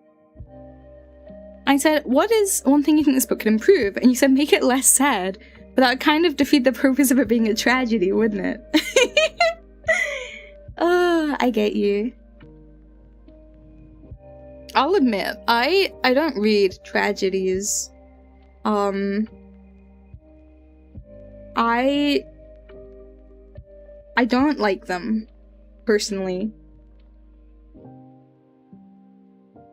I need hope, okay? My real life is a tragedy. I need the hope and the joy of, like, a promise to something better. You know? Any horror book you can recommend for me? Oh, a horror book. I can recommend The King in Yellow, The Haunting of Elizabeth Cray, The Summer Hikaru Died, Coraline, Salem's Lot, The Shadow Out of Time, Claymore, The Promised Netherland, The Haunted Bookstore Gateway to a Parallel Universe, and The Call of Cthulhu. Those are all my horror recommendations. Totally original, just thought of them off the top of my head. Looks around. I had to Google around for the theme tragedy, picked a book that looked good, bought it, read it, wrote a review on it, and left. Estelle! That's so cute. I'm so glad. I guess it's not a bit early to announce this yet, but, the next book club is going to be our 9th book club stream. Okay? Isn't that going to be cool? 9 doesn't sound like a lot, but that will be over 90 recommendations at that point, because we're at 88 currently. So for the 10th, I've decided every 10th book club we get is going to be like a kind of, what's the word? Summary event. So I'm just gonna let you guys know this in advance so that you can maybe have a look through the lists and like pick one out. The 10th book club theme genre is going to be to submit a recommendation that you saw somebody else submit and wanted to read. So from any of the 9 weeks that have gone by, if you have read any of the books from them, specifically read it after seeing it recommended on book club, that will be your week 10 recommendation. I'll explain it in more detail, obviously, because I think it's like sounds a bit confusing when I say it like this. I got homework. Bubble, you can see all of the recommendations. I think you have the book club role, right? We have the weekly recommendations, so you can read all of them that have been recommended there. Surprise exam, yeah. It won't be that you have to have finished the book, right? Because I'm gonna make a special forum for it. So you don't have to have finished the book, because I think that would be a little unrealistic, because in theory I will only be announcing it like 2 weeks before the book club, really. That'll be for the 10th Silent Ghost. It'll just be like one that you saw from a previous week and you've picked it up. So the questions will be a bit different, because I'm not going to go off the basis of you having finished it. The recommendations will be like something like... Sorry, the questions will be more like, why did you pick up this book from the recommendation, you know? What, like, something like, what made you want to pick it? And it'll be a few questions on, like, your thoughts based around it, you know, or, like, what you wanted. You know, like, what are your thoughts so far type of thing? Because I'm not going to go off the assumption that you will have finished the book by now. Because I am only telling you, like, quickly in advance. But because it's the first one, I kind of wanted it to be, like, give you guys a bit of heads up. But for the future, it will be, like, in every 10th book club will be, like, a summary of the previous 9.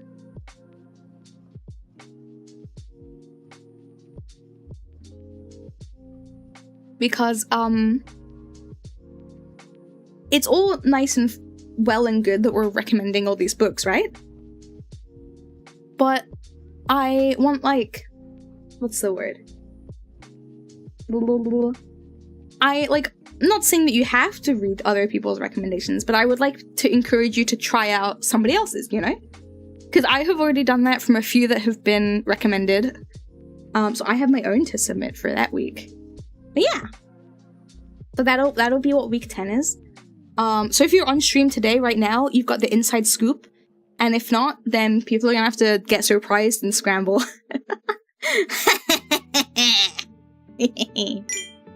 Half the reason I'm here is to get ideas of new things to read. Heck yeah! Toilet Destroyer 2. Thank you so much for the follow. Does Toilet Destroyer 2 imply that you're the second destroyer? And if so, what happened to the first? Did a toilet destroy them? Yeah, it does not. Oh. Yeah, right? Like, what happened to the first? I may be reading Giovanni's Room? Oh my god. Heck yeah. So if you hate it, you can't hate me. Amy, my beloved! Thank you for the coin and the smack. Wait, no, not thank you for the smack. Thank you for the coin. I hope you're doing well. I haven't seen any others. Suspicious. You're no. No. I have to make a list of those books? Yeah. Good luck with it. Oh yeah, I didn't write, I just realized. I didn't write my own recommendation on the overall book club list. I should do that. Hold on. I forget to do my own ones.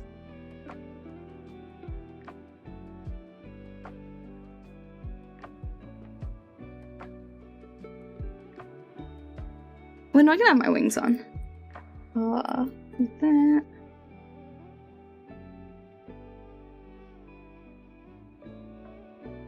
Okay.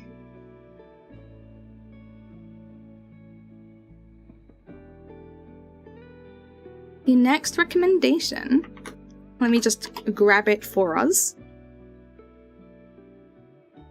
is going to be, give me the banner please, Babu.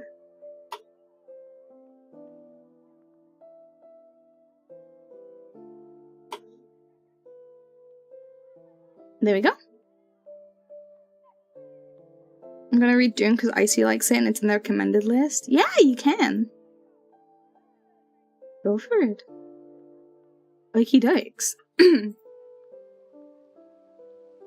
This is another recommendation by Lucia. I have to write my own description for this one. Ooh. So. Thank you for this. Oh my god, Dark Queen! Oh my god, hi! Thank you for the script. Here's a short synopsis of the overall plot. Yuri So has the ability to see ghosts and moves into an apartment with a handsome ghost. They end up falling in love. But can love really work when one of you is dead? Well, depends how freaky you're down to get, I suppose. But that's probably not the premise of this, I'm gonna assume. Sorry. Why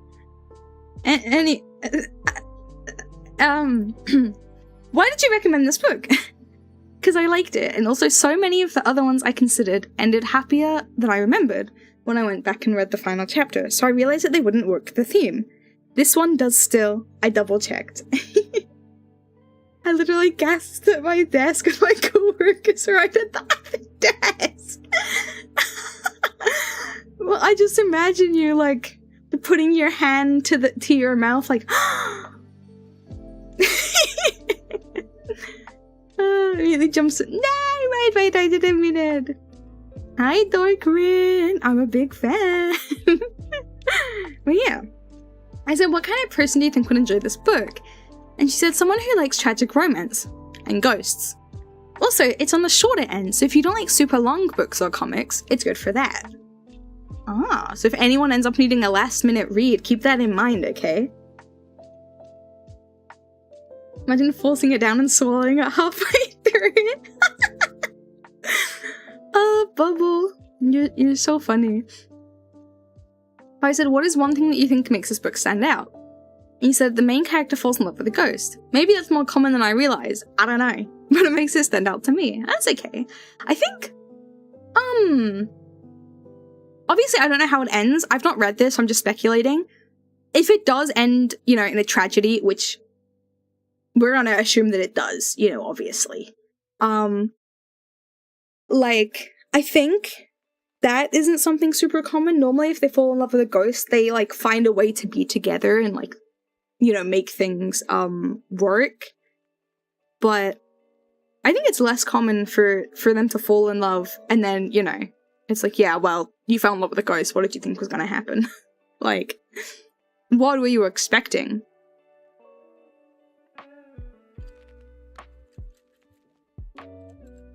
And one thing that you think this book could improve is maybe if it was a little longer. It's not even 50 episodes. Oh, that is quite short. I'm gonna make my ghost boyfriend carry my groceries so people see my bags flying around.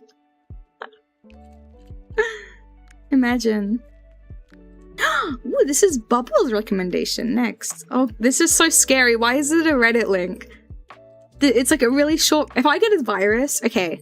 If I get a virus... Everybody kill Wonder Bubble. Okay, we're safe. We're safe, I think.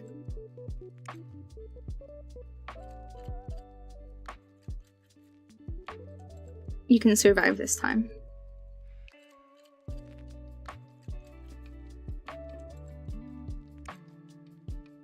So it's the best one I found. You will be sorry. Just kidding. It's okay. Hey, it's a Korean one.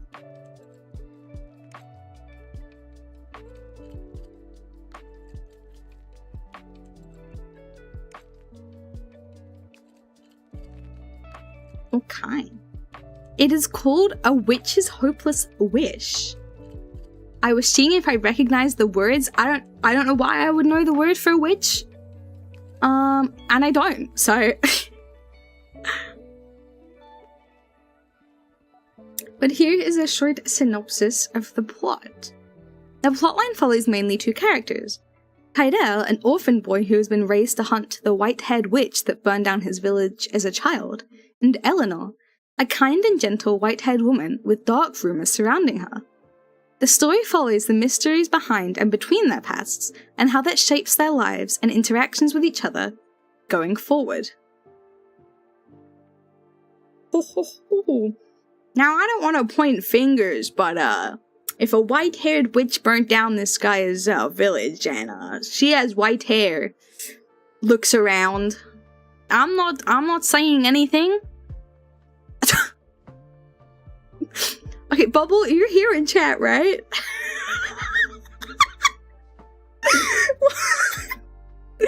One of your answers is incomplete. It just says, so I said, why did you recommend this book? And so, I've yet to come across another story that deals with, not just ends. With what?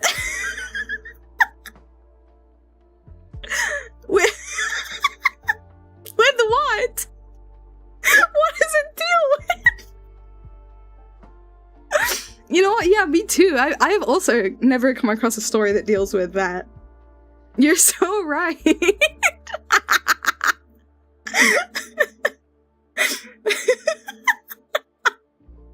least it's not a spoiler. True. Choose your own adventure.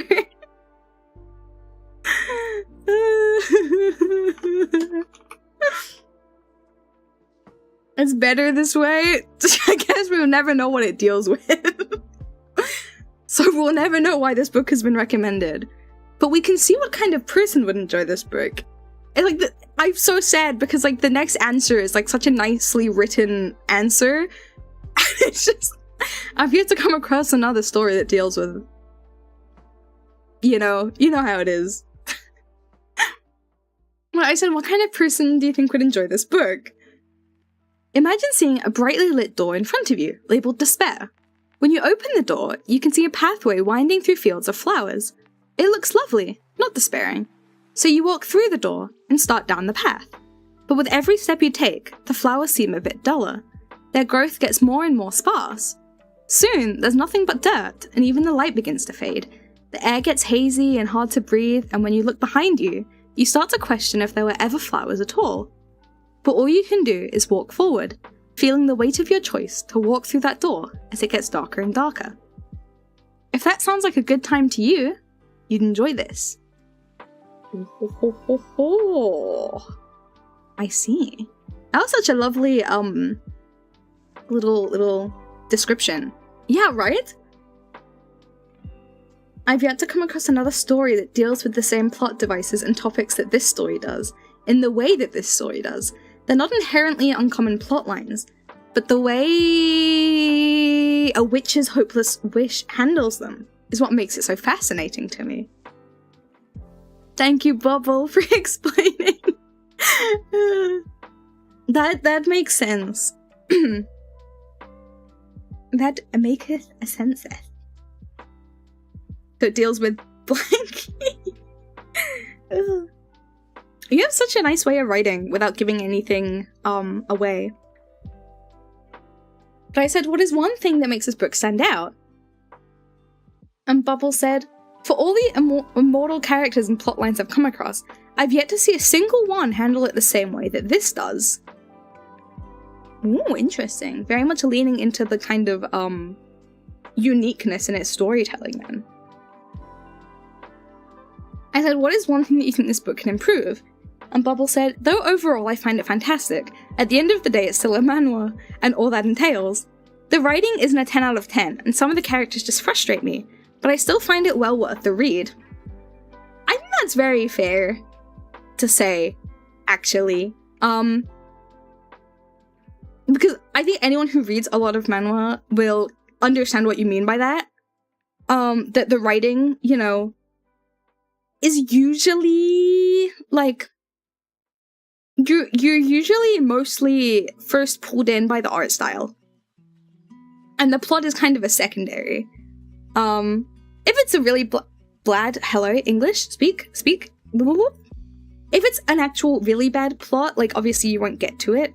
But it's very easy, I think, with reading just comics in general, like it's easier to accept subpar writing if the art style is nice, because the art style can kind of substitute for the writing.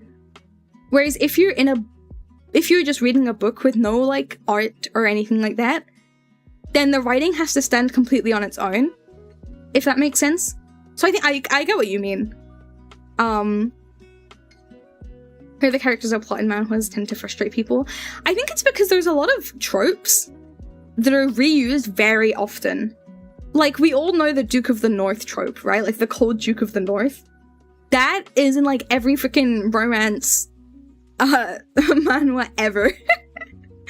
Like, so I think, like, it's very, like, certain characters will get like, if you've read, what's it called? Remarried Empress, okay, Rashta, who, like, was dubbed Trashta or whatever by webtoon commenters, the amount of Rashta characters that I have seen, like, pop up in similar genres ever since, that are just, like, bar for bar her kind of character, is crazy. You know? It's like one comic will get popular, and everyone will just rip the characters out and throw them into slightly different stories. Every month we're gonna have that one character you want to rip out of the pages and throw in the trash. Yeah, exactly.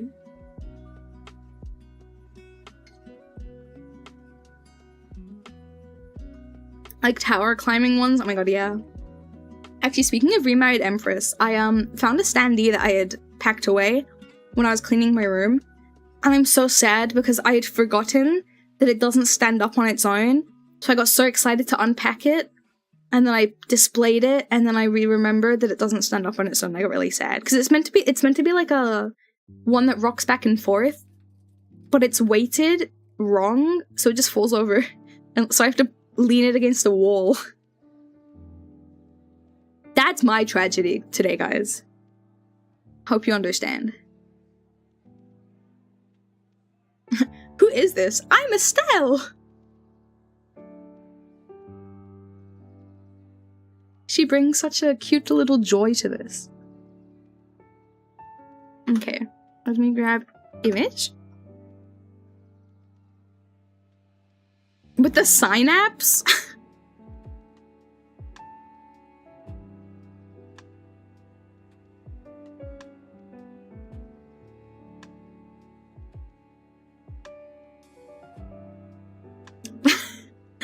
The synopsis.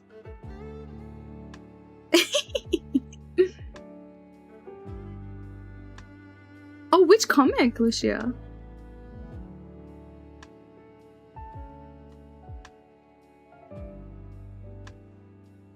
Men of the Harem.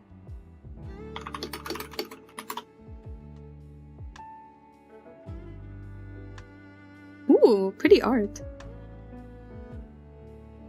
I will say, for any of y'all that want to read AWHW, author literally gives you a warning before the sad ending goes tragic. It's on you if you want to pay attention to it or not. Yeah, Bubble, I'm like interested by it, but I don't want to read it because I think I'll despair. It's like when reading fics or something, I can't read sad stories. I can't read like angst. I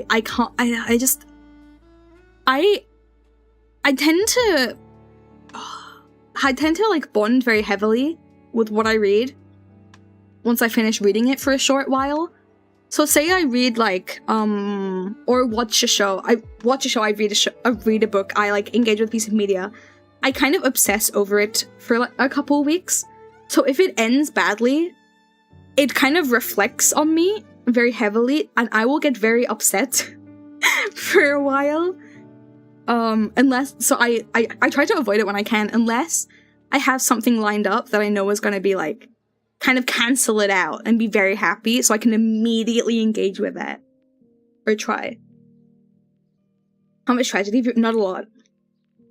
It's not a good cry tragedy, it's a fetal position. Yeah, exactly. I think I'm gonna have to pass on it.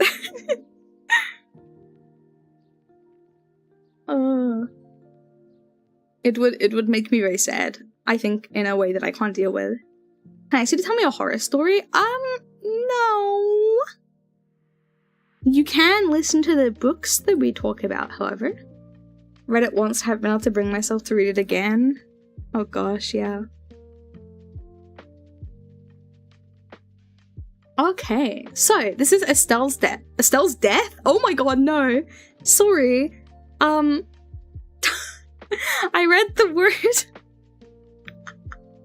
I read the word in the thing. No. This is Estelle's recommendation.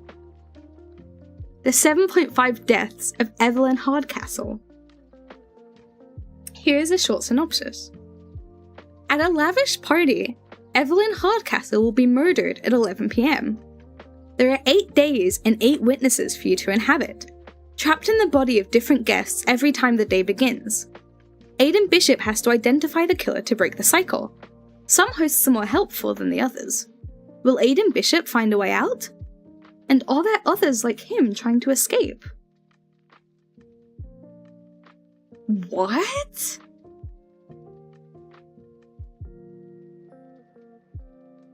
Wait, that's such an interesting concept.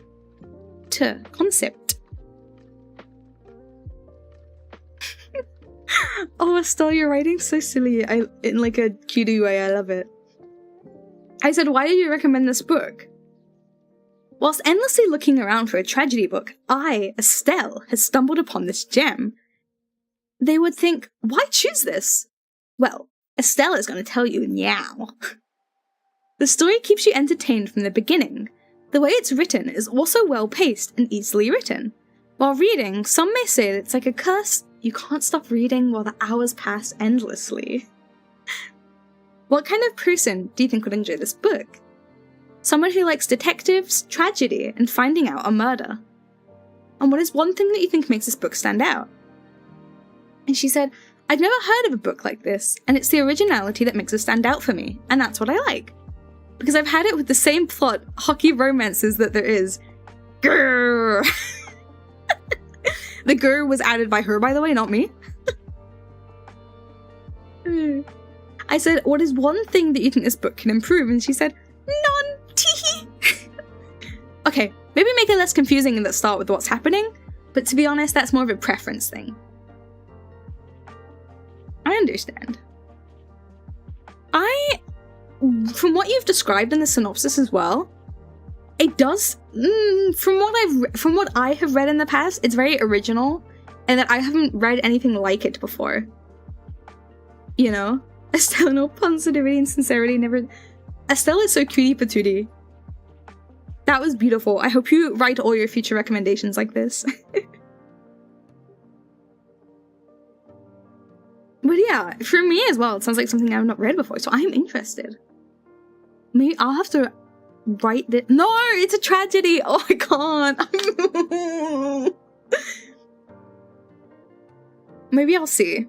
Maybe I'll look into it. Maybe. I'm very interested, but maybe I can stop just before the ending.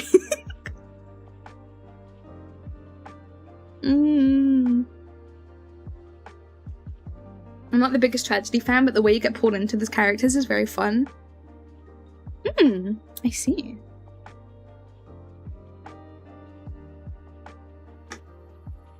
Quack, quack, quack, get that, get that, get that.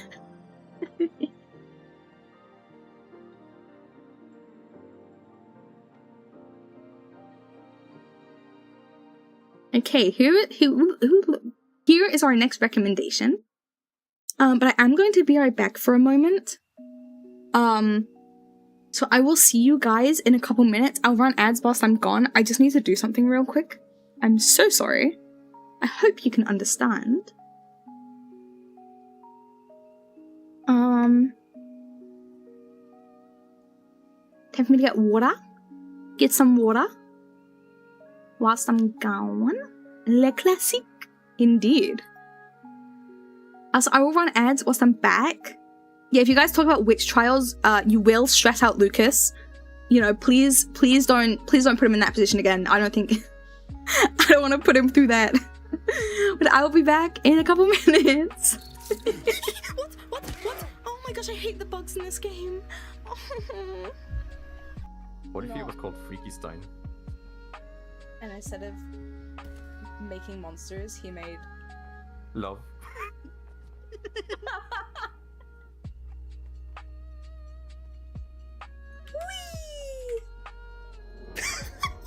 Yeah!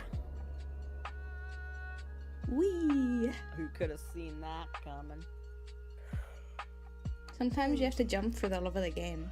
Oh my gosh, is that Freddy Fazbear? Or. You're like weird, right? Can I say something weird? Yeah. For the longest time, I thought bricked up meant like you were really strong. Unfortunately, I it almost does not. died. That's genuinely what I thought. Like, that's what I thought people would say it for. Cause like I saw people making memes about it, right? And I didn't. So I thought like, haha, yes, me when I'm so bricked up. And then I said it to somebody, and they're like, haha, yeah. And they were like, haha, yes, with your giant dick. And I was like, what? Me when I'm bricked up, and it's just you being really wholesome, like, a croissant. That's me when I'm bricked up. Guys. So, Oh, you first. that weather, eh? Okay, yours was useless. Guys, did you know? So my epic plan is this.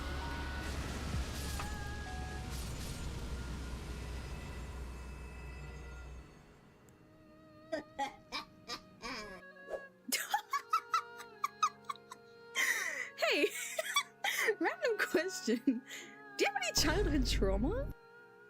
You can't just ask somebody that. I ask people this question a lot.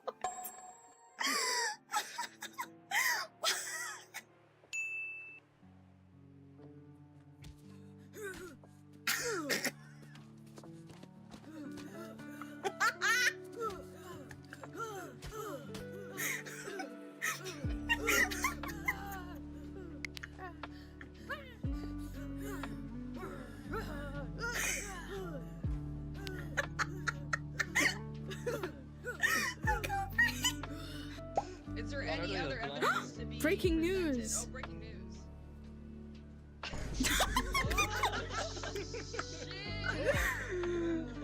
Oh. The plot. Smiley too. He's really smart. Oh, you get the fell. You're gonna be the fell when I'm done with you. Uh-oh.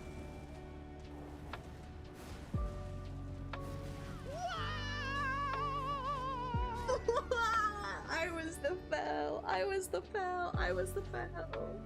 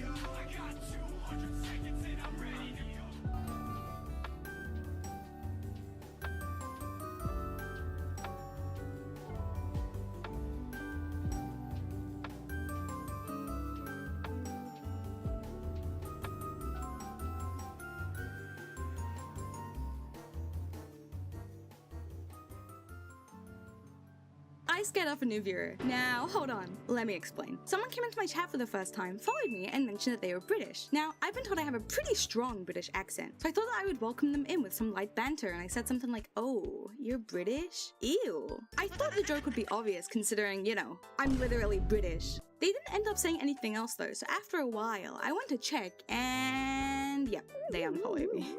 It was definitely a lesson to learn to not get too comfortable with new chatters. They might not know that you're secretly British. I'm here out there. I'm so sorry. Please give me another chance. I didn't know I love British people. I don't know. Oh, before I forget, here's a little something extra for being so brave. That Is she gonna really kiss was the me? ride of a lifetime. Well, Nope. see you No, later. okay. My bad. I thought she was gonna kiss me on the cheek or something. Ew, something. For being so brave. Kisses me on the cheek. Cutely. Whatever. It's fine.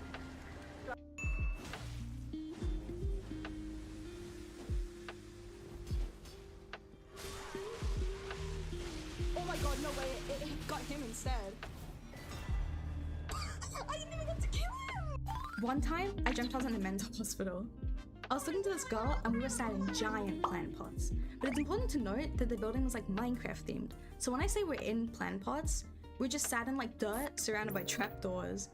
So this guy walked in who's also a new patient, and he's kind of wary of us, so he gets in his own safety planter. We start talking when through the door I see a woman walk past with plates of food, and I tell the others that I want to go check it out because I'm hungry. But the guy gets super suspicious of me, and he's like, "Do you know Paige?" And I'm like, "What, like a page from a book? Because I'm a librarian." He did not like that. He starts screaming at me and just kills me. I don't know how, I don't remember. I was like thrown into like third person view to like spectate, and this guy was apparently a film director. So to add salt to the wound of my death, they start filming a movie using my corpse, and I was the villain. Why did I dream that? Is he going home?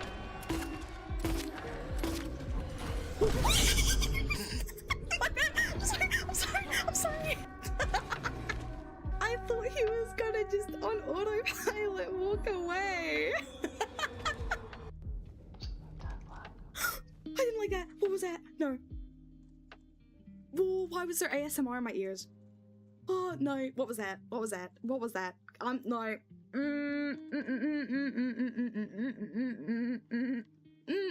I didn't like that. I must admit, I'm very scared. I actually do not want to unpause. I don't want to unpause this right now. I don't like it. What is whispering to me? What the hell? What is that? Okay, let me hop into Discord VC. And let's see. Rawr. That's my Discord join noise.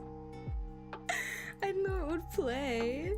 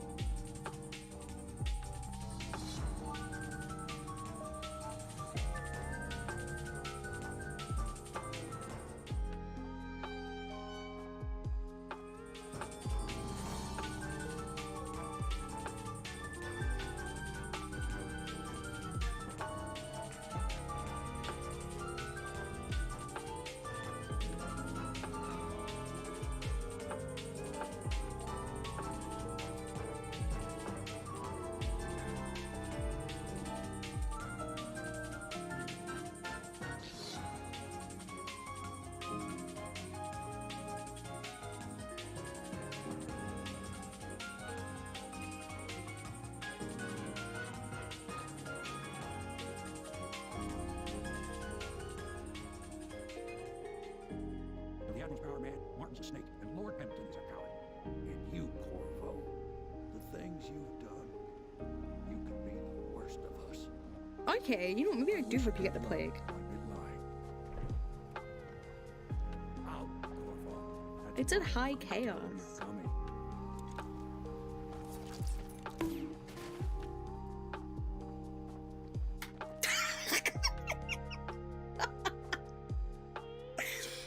You know, maybe he's fair to not like me. And as well, when I reheat beef in the microwave, like my leftovers for like spaghetti or something, and the beef is popping, that terrifies me. It actually sounds like the microwave is gonna explode. I hate it so much. I hate it. Why does my beef pop? Why is my meat popping in the microwave? Wait, G Ellis, girls love.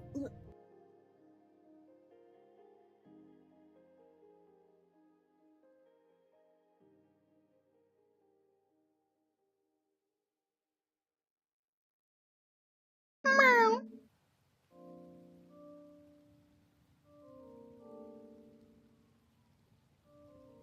Hello. I was in a meeting with my boss talking about margins, and he said 6'7". 6'7". 6'7". 6'7". I'm like activated. Welcome back, little dragon. Why not big dragon? Hmm.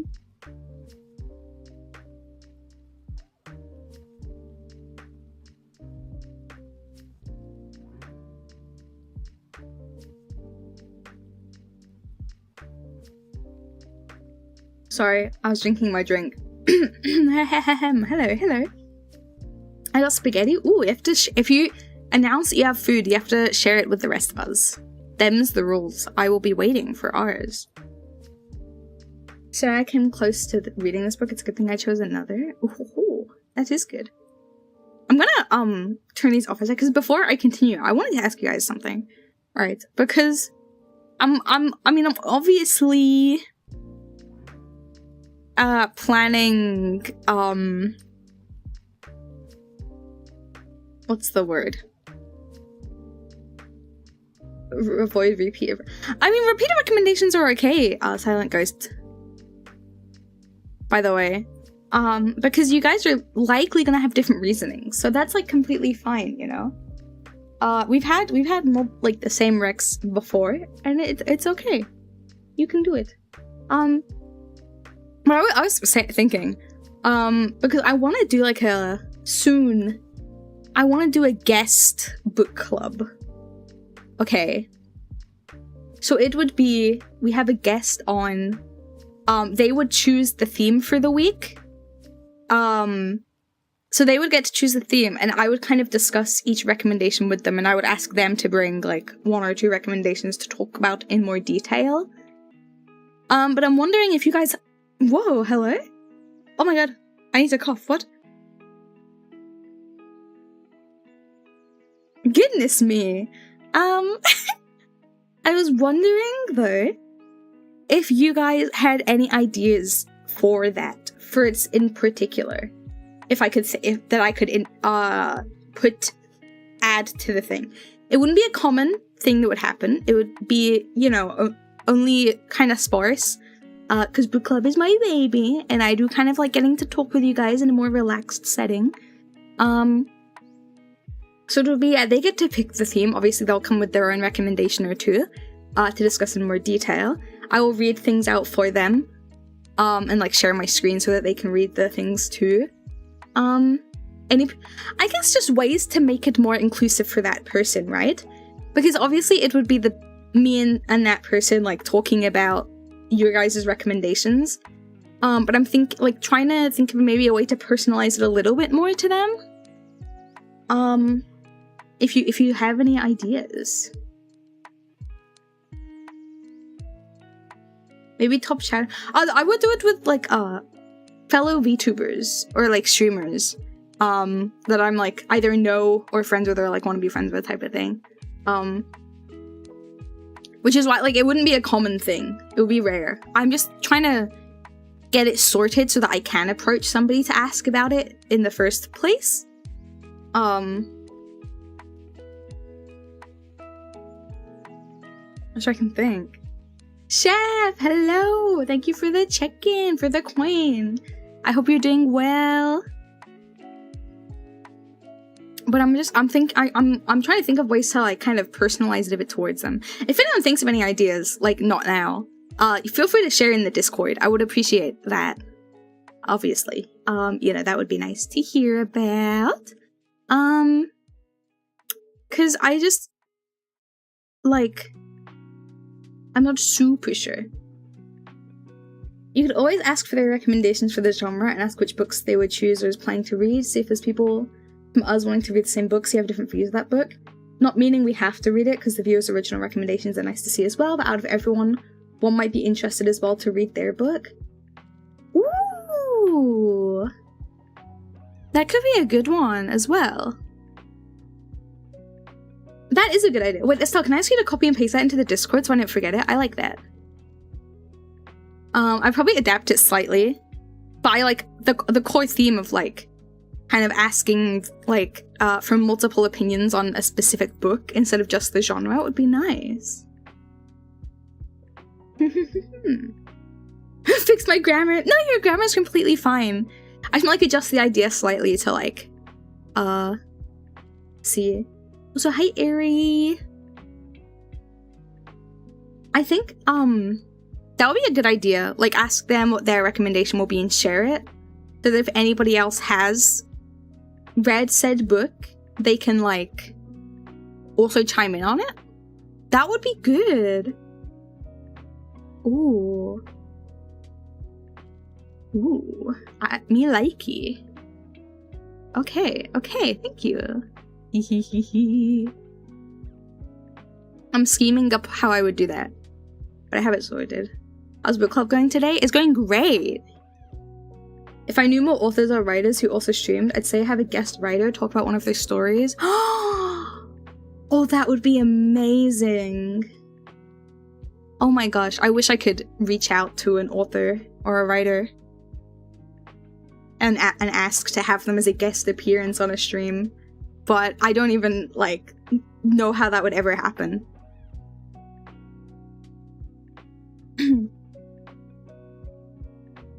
To be able to, like, because I would want to do that though as like an interview, I think. Yeah, but I think, like, I mean on my end for doing it, because I would want to do it like an interview kind of thing about their story. So it would probably require some prep, because I would like ask everybody in advance to check out their like work, and then I could specifically ask questions about their story type of thing. I think that would be a fun thing to do. That'd be a epic thing to do.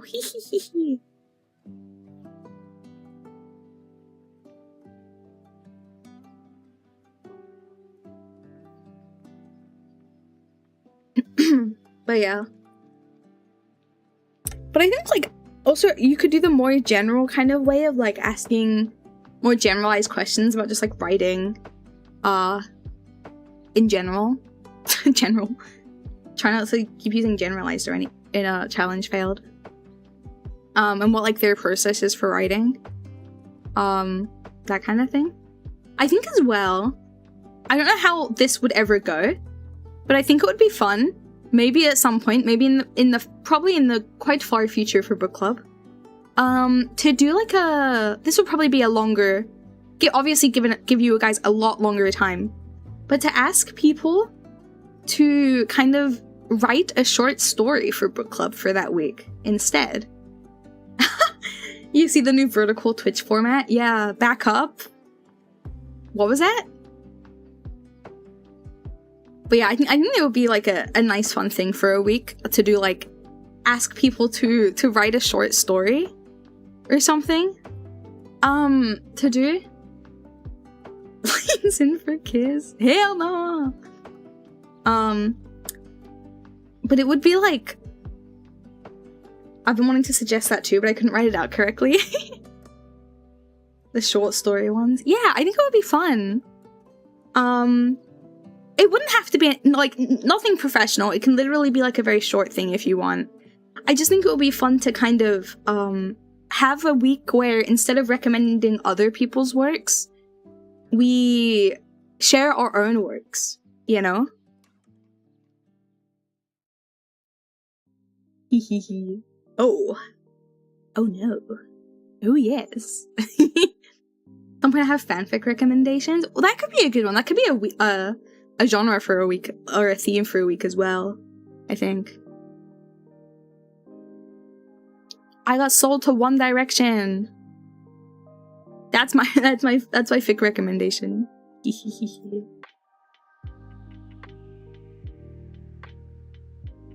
Well, yeah. I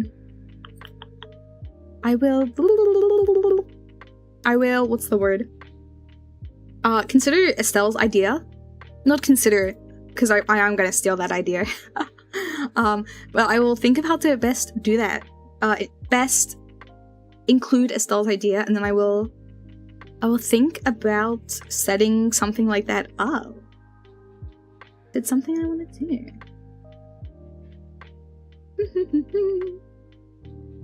It could work, but I generally don't read fanfic and sometimes cringe by the thought of it. I could be guessing that more people don't read it too. True, but I think there's also a lot of like officially published books also started from fanfic as well, for example. So something like that as well could be considered, you know? Like books that began as fanfics.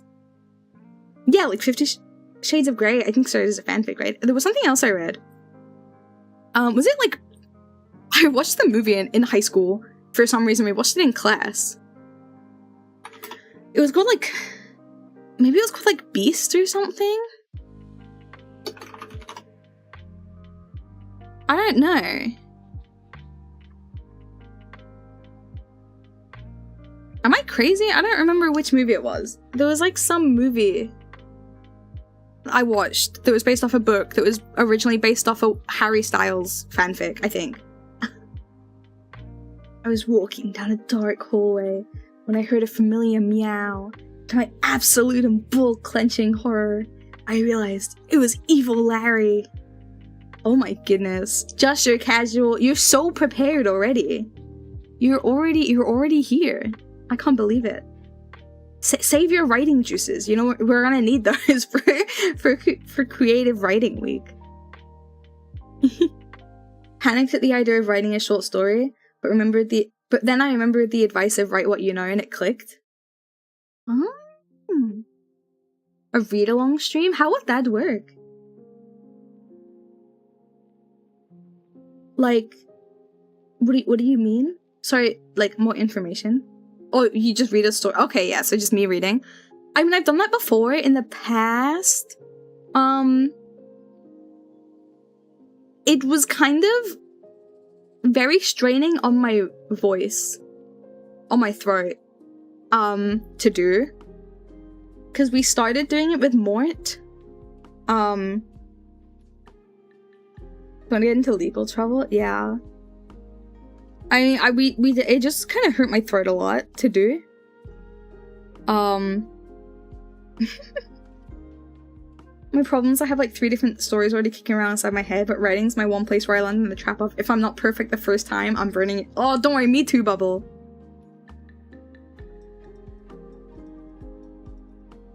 Me too. I'm exactly the same. But I think, like, if I go through with it, I probably will go through with it. It won't be for a while, so you guys are safe for now. But I think it would be a nice thing to try and force yourself to participate in, even if you don't end up submitting anything. But, like, see, because if we all submit something, and I would probably do it so that each submission is anonymous, you don't attach, like, your name, or I won't read out your name, at least, on the writing. And then if you can own up and say, like, hey, this was my writing, if you want to, but I won't name you when I talk about it, type of thing. I think it would just be fun to kind of, like, do as a group thing, just to see what everyone comes up with. Like, it doesn't have to be professional, it doesn't have to be good, it doesn't even have to make sense, you know? Just write something fun and, like, learn kind of what the process is like, especially if you've never written before. Because we're a book club, you know? Like, some people are just readers and they're not writers. It could just be something fun to dabble with, and you do it, and you're like, that was the worst thing I ever wrote, I'm never doing that again. But you wrote, you did it, you experienced it, and saw what it was like. And maybe you'll find, like, a newfound respect for, you know, the books you read or something. Because you're like, damn, this writing stuff is hard. I gotta step it up, you know? That kind of thing. I just think it'll be fun, because I'm also very much in my head. I have so many stories, so many ongoings. Hashtag those who've read my OC lore will know. So I've shared those stories before. But I always have something going on in my head, so I could very easily, like, write something that sucks a little bit. And see how it goes. Well, yeah. Let me put us back on track for the book that we're talking about. Face jump scare. Book club girlfriend and a little illiterate boyfriend. The only fiction I've ever written was for D&D. I'm currently in the middle of writing a story for my new campaign. Ooh, I hope it's going well. Writing for a campaign must be hard. In my imagination. But yeah. Okie dokie. The novel follows the first-person perspective of Nick Carraway and his interactions with Jay Gatsby. Jay Castration mentioned. A mysterious millionaire who is obsessed with reuniting with his former lover, Daisy Buchanan, a woman from a rich, prominent family who Gatsby fell in love with years prior, who is now married to the wealthy old money, Tom Buchanan. Why did I never know that... sorry, that his name was Jay? I like The Great Gatsby. Yeah. Only fiction I've written was my master's thesis. Great Gatsby. Oh brother. Shakes my head at you. Oh yeah, sorry, I don't know if I mentioned it since we came back, but yes, this is in fact Icy's recommendation. So I said, why did you recommend this book? And Icy said, The Great Gatsby is an incredible read. F. Scott Fitzgerald turns his own experiences of falling in love, but being rejected by the woman's family due to his lacking financial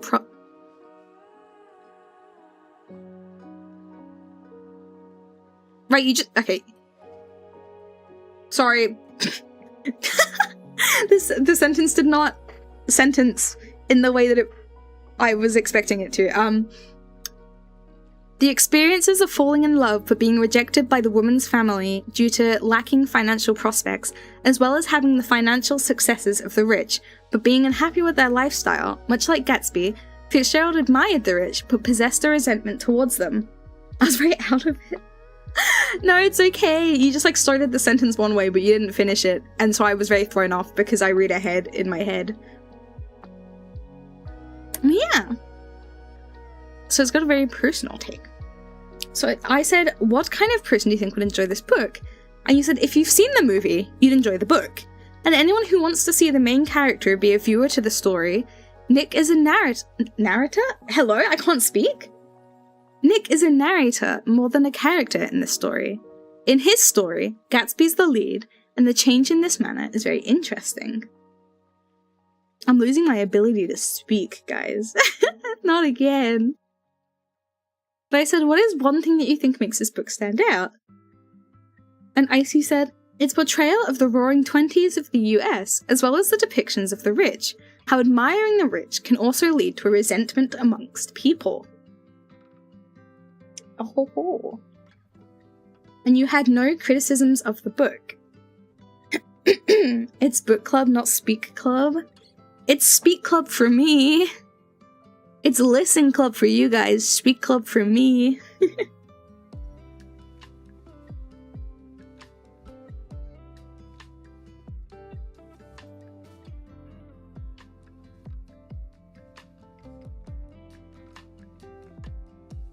Book club, not English club. Very true.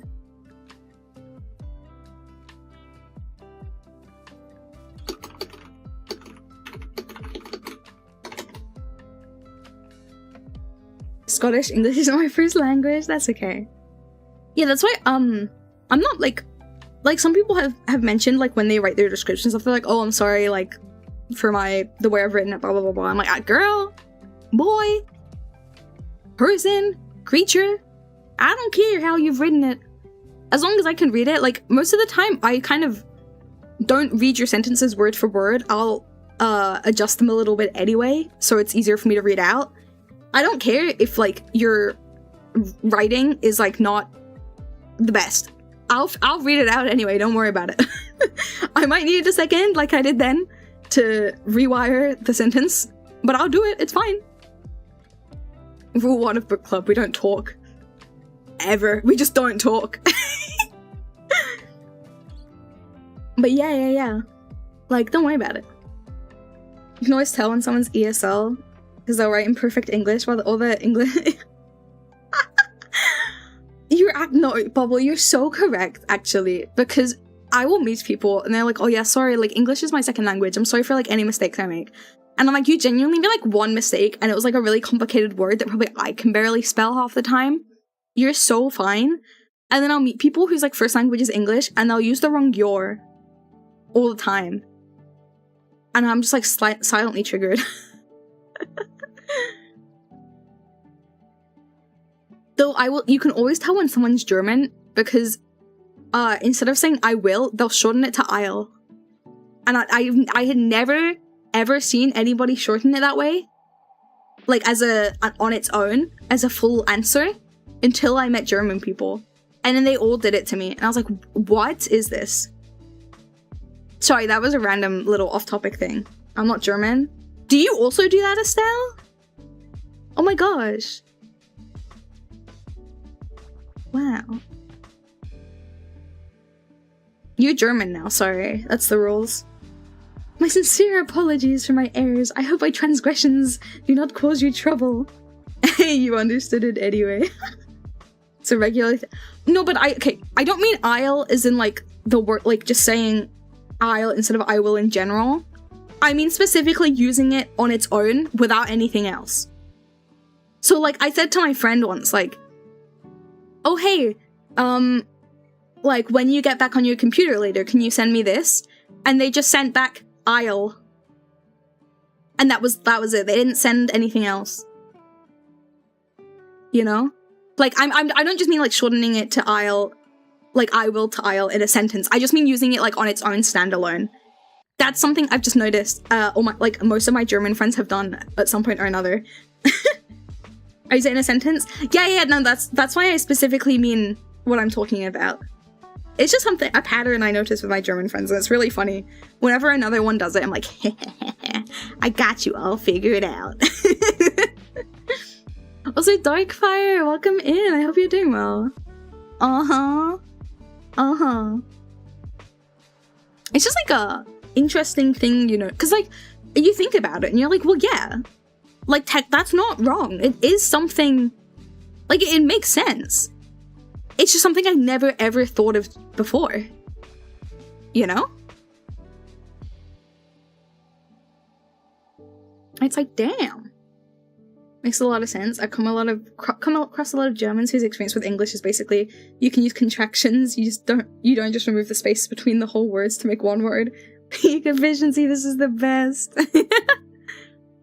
Yeah, fair enough.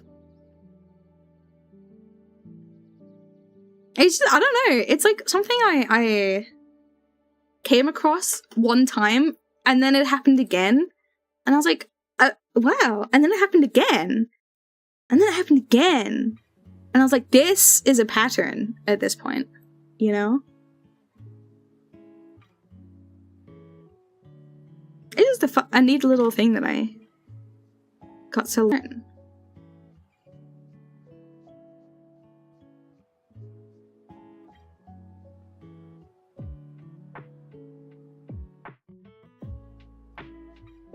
Okay.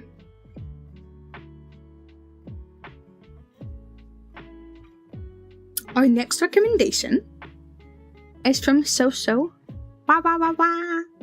And it is The Orphanage. This cover art just looks traumatizing. I was low-key thinking now, I was like, I know this book would wreck me. Wah, wah, wah. Oh god, okay.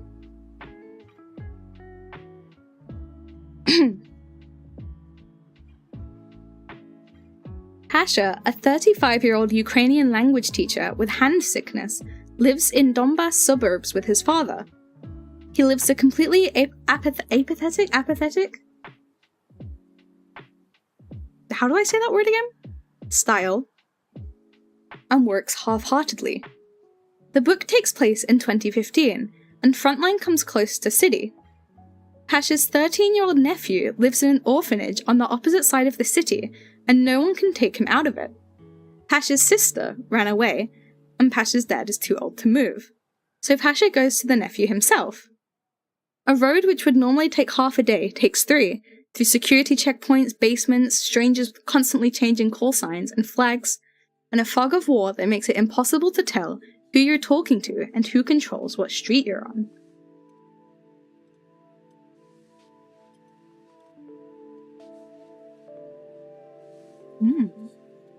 Apathetic. Yeah, I thought so. I don't know why I said it weirdly the first time. But yeah. Sorry, my throat is kind of dying a little bit. Apologies if I don't mute myself in time to cough.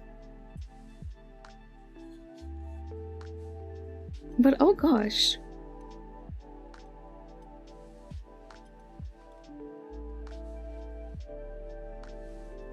Interesting. I think I will not read this book. I think this book will hurt me. Oh god. So I asked So, why did you recommend this book? And they said, I would say it stands out to me from tragedy's classics. The tragedy of it is not some cathartic conclusion. The tragedy is rather in the atmosphere itself and gore descriptions. Also, unlike the classical tragedy trope, where the character does actions and pays for them, Pasha's tragedy is one of inaction.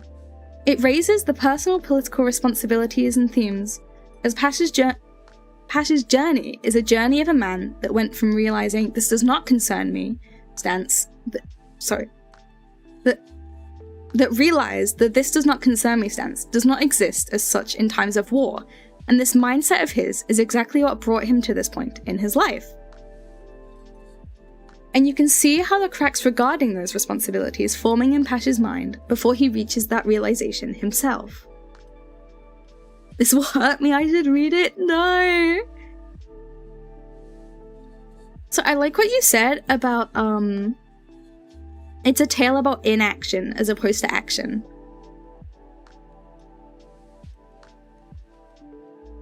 And the whole thing of like, yeah, this does not concern me is not really a mindset that you can adopt during this kind of scenario. At all. But I said, hold on, I need to cough, sorry.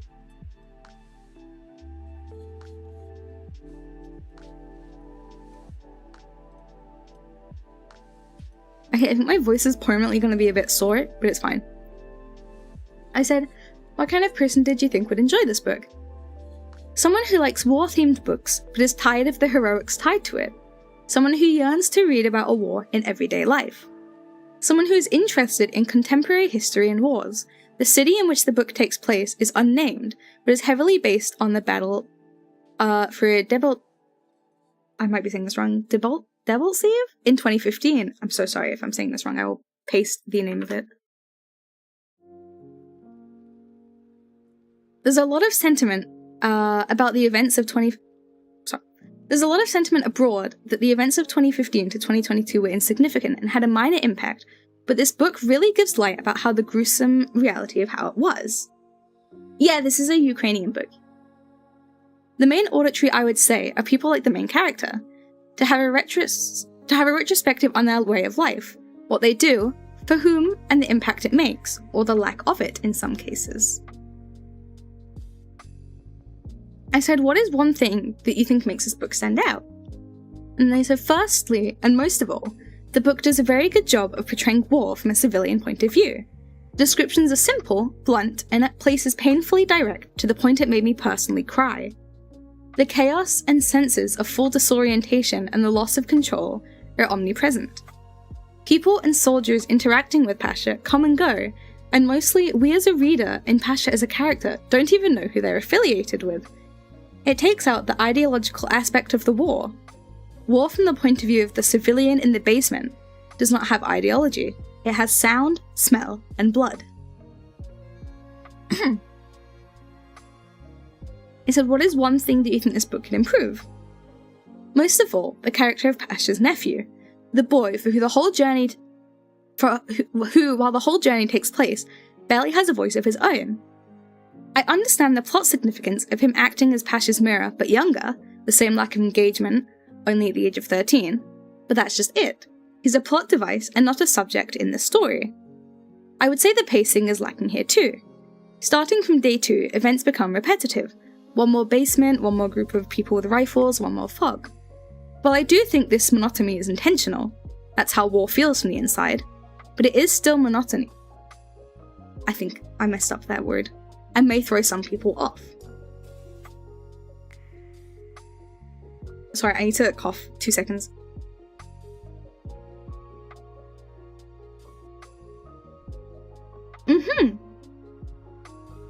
I think your descriptions, or not descriptions, your answers are so like kind of well spoken that kind of like I feel like I have nothing to add to it. Because I kind of, like, I've not read the book, but it kind of makes me feel inclined to agree. Even though I've not read it before. If that makes sense.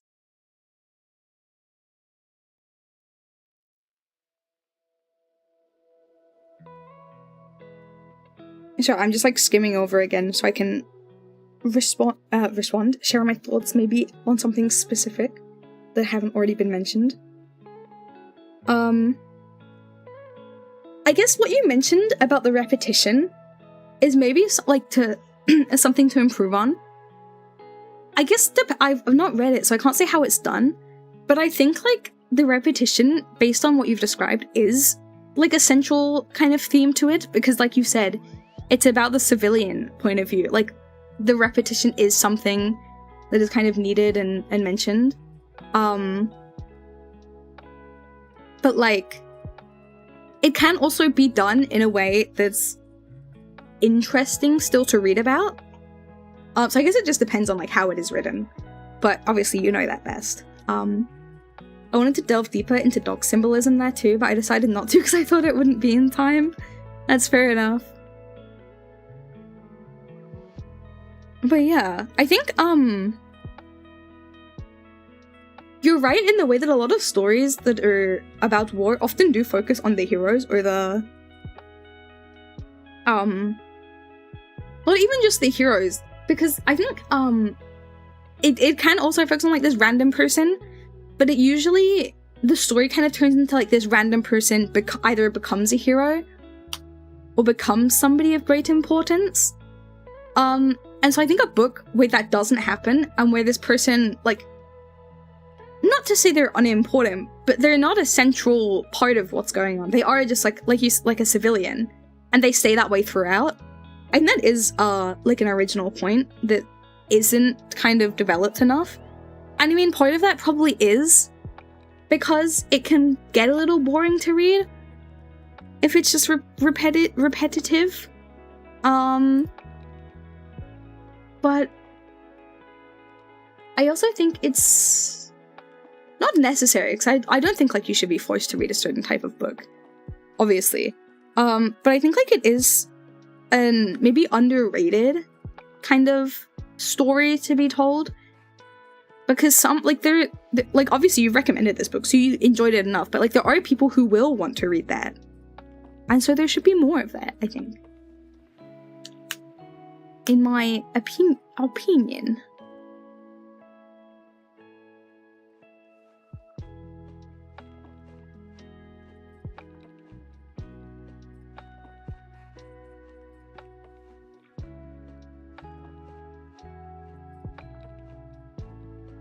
We have plenty of smug.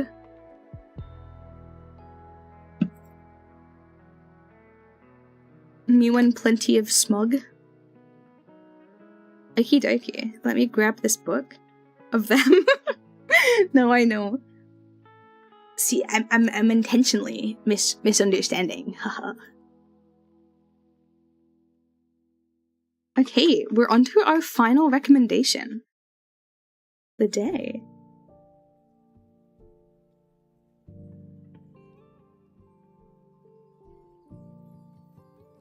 I did this book in high school, and then I was sick when we watched the movie, so I never got to watch the movie. It's our anniversary. Kai, thank you so much for the 11 months. Oh my goodness, I appreciate it. I hope you're doing well. Oh my gosh, sorry. So this is our final recommendation, and it's from Silent Ghost today. It's your book. It is. Why are you texting and driving? What? I ain't driving. Also, why are you sweating, Silent Ghost? You should be happy. So here's a short synopsis. Set in the US during the Great Depression, we follow two traveling ranch workers. George is a small and quick-witted man who loves and cares for, but is frustrated with his childhood best friend, Lenny. Lenny is a large, joyful, and abnormally strong man who loves to pet soft things such as small animals, but is also intellectually disabled and frequently fails to understand his own strength or learn from his mistakes. This has even led to them needing to leave their previous jobs. Despite these struggles, both carry the dream of living off of their own farm and being their own bosses. Lenny himself dreams of petting rabbits on the ideal farm, despite having unintentionally killed mice that he's petted beforehand. Now, they arrive at another farm to work at, with plans to save up money, while meeting an assortment of characters with their own dreams, fears, and flaws.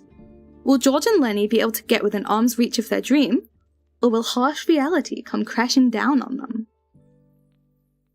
Thank you for the self-care, believe me, I appreciate it. I wish I had more drink. But I am drinkless. No more drink ever. Of mice and men indeed. Okay, obviously, I'm sure not everyone here has read it. But if you have read this book, and if you read it in high school, did you ever read somebody else's copy?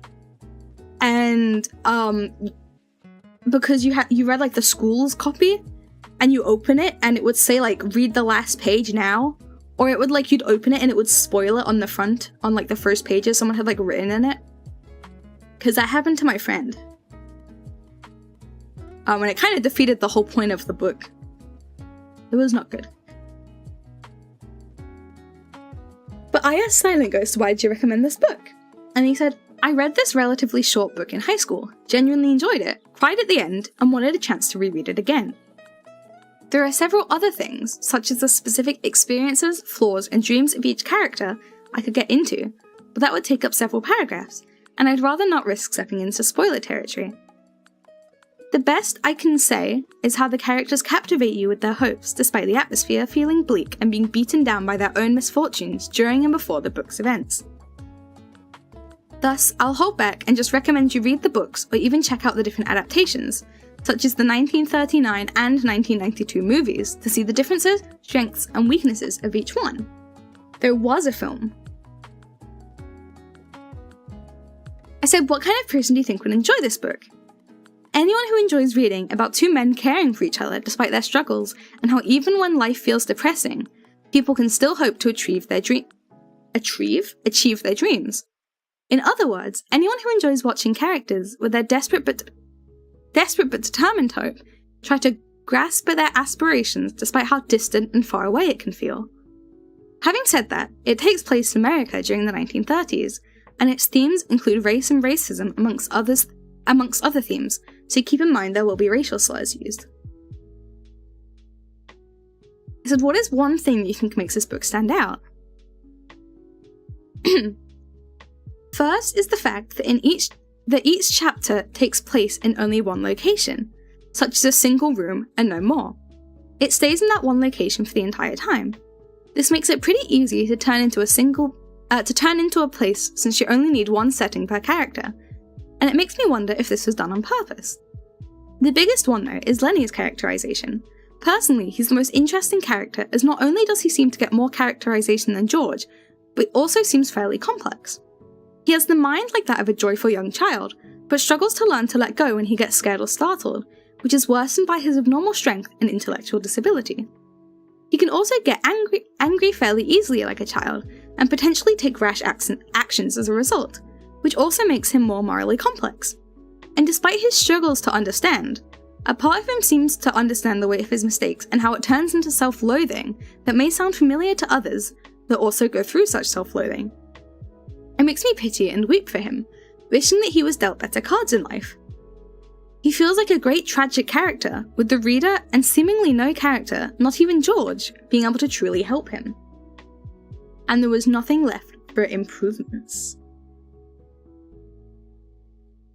I also read this book, like I said, in high school, but I missed the movie showing. I remember having to write so much about the other characters in the story. And like doing the analyzing thing of like each character down to like their barest bones was crazy. I like the way you write. I also like the way Silent Ghost writes. It's like a nice little insight into your brain. It feels like you're kind of writing like, I don't know how to explain it maybe. I don't know, I just like it. I don't know how to explain. I just like it. I just think it's nice. But I also think it's a good book to read.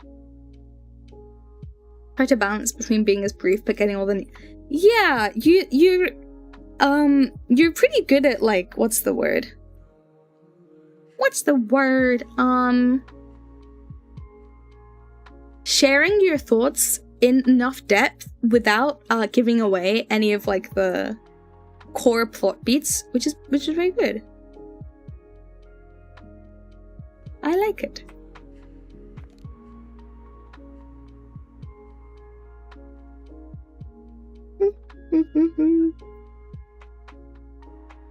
Oh my gosh.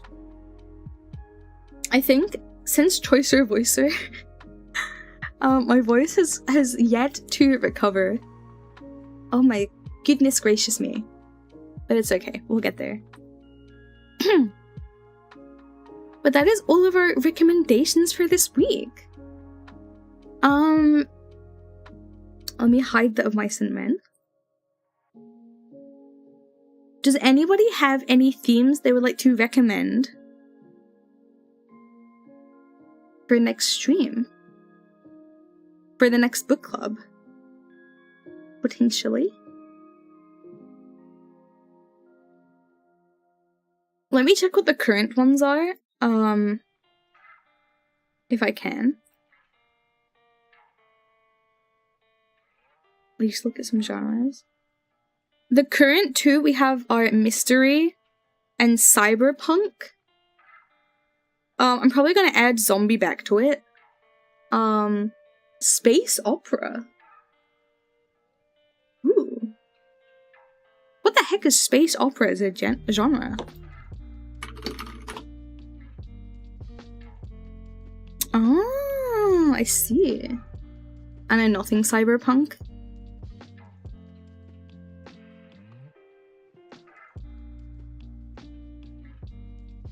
Very good recommendations. I noticed a lot of them were about a time of war. That is where a lot of tragedies are created.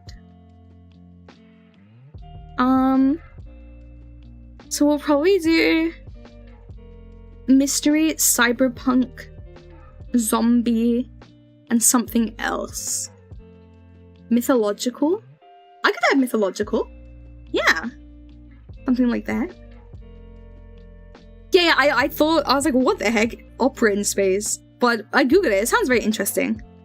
I'm only thinking it might be a tad,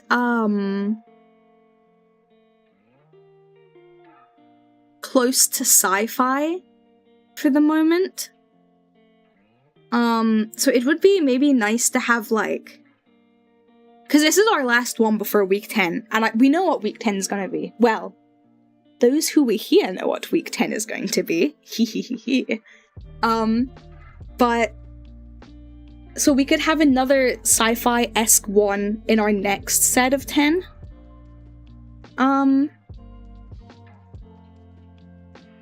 But for now, I think, are there any other main genres we haven't covered? Probably the ones I said. Zombie, mystery, cyberpunk, mythological fiction, based on like mythology. But that's kind of a bit more of a smaller one, because it kind of falls under fantasy. I mean, we haven't done non-fiction. I can tell you the genres we have done for those who have not been here every week. Let me grab. We've done adventure, sci-fi, fantasy, horror, romance, LGBT, thriller, classics, and tragedy.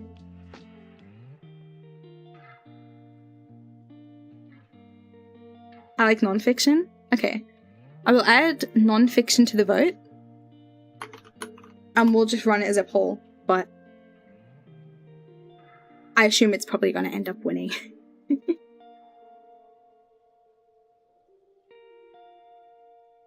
But I think that would be a good one to add. To round us out. Because then that will be 9 very kind of distinct genres that are different from each other. And then obviously we can start kind of getting a little bit more specific with things. I mean, we can still go broad because there are like, you know, some genres we've still not yet reached, like the ones I've mentioned. But we can, like space opera, we can start getting a little bit more into like sub-genres of already done bigger ones. Hello? Can I speak? Can I be literate? We can start getting into subgenres more. Yeah.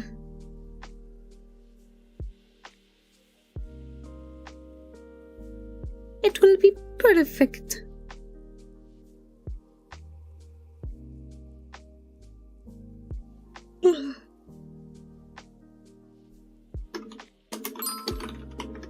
Mom! Teehee! Thank you so much for the 13 months. I appreciate it. I appreciate it. Wait, you know what? I'm going to make a channel. Because Lucy, those are some very good ones to recommend. I'm just gonna, you know, book art is getting renamed to genre suggestions. I'm just gonna paste in the ones you wrote there. So that for the future polls, I can,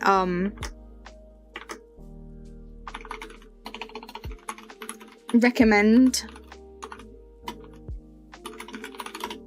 have some. So if anybody else has any ideas they'd like to put in, like Estelle, I don't remember exactly how you worded yours, feel free to pop them into genre suggestions. And we can look into that.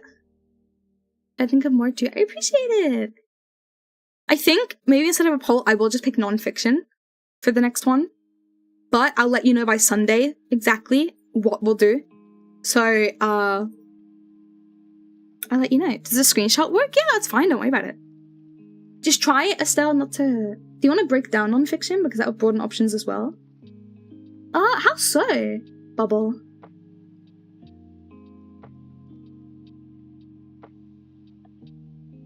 How so?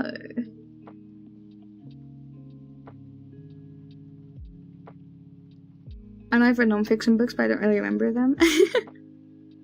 Me too. But I don't remember anything I've read until I get into it. Like, I think, for this one, because we are going with our broad genres, it's fine to just be non-fiction as a whole. And then in the future, we can get more specific about it and go, like, recommend, like, a self-help book, recommend a philosophical book type of thing. So for now, we can just go for, like, the bigger ones. Because it'll round us off, because everything that we've done so far has been pretty big and broad. So we've had, like, fantasy, sci-fi, you know? And then in the future, maybe we have, like, specific, like, medieval fantasy. Or, like, I don't know, you know? Why is medieval... But you know what I mean, like, we can get more in-depth. We have, like, horror, but we could go in specific alien horror or psychological horror, that kind of thing. And we can look into that in our next section. Next set. Hehehe. Ho ho ho ho. Especially those that may not be used to this yet. Yeah. But we also don't have to get super, like, into subgenres immediately, because there are a lot of book genres, right? There's a lot. So, like, we still have ones that we can go into that are more broad, and also ones that are a bit more specific. We can just, like, you know, play around with it as we go. There doesn't have to be, like, a specific, Ow! Oh my god, I just hit my nail that's been damaged and it's... Okay, no, it's not bleeding. But yeah. High versus low fantasy would be fun. Ooh. Postmodern psychological slice of life thriller. Okay, Sunny, I will expect 10 recommendations from you for that theme. Thank you. But yeah. But yeah. Less complicated the better, yeah. For our final one, that is. And then I think once everyone is more used to it, more used to book club, which I think, you know, hopefully will happen after our 10th one, is when we can start introducing subgenres a bit as well. Doesn't have to be only subgenres, like, we can keep going with more, broad ones as well, but we can start introducing some if that's what people are interested in, type of thing. Make a case why your side is... Oh, Bubble, can you write that down in the Discord? Oh, that would be so fun to do. like, maybe not specifically with fantasy, but like a versus week where people can submit books for each side and battle it out. The battle of the books. Beyond a murder mystery. Yeah, we have not. We had horror as a genre, but mystery has not won a poll yet, so we didn't end up doing any mystery books. But it could come back in the future, Sunny.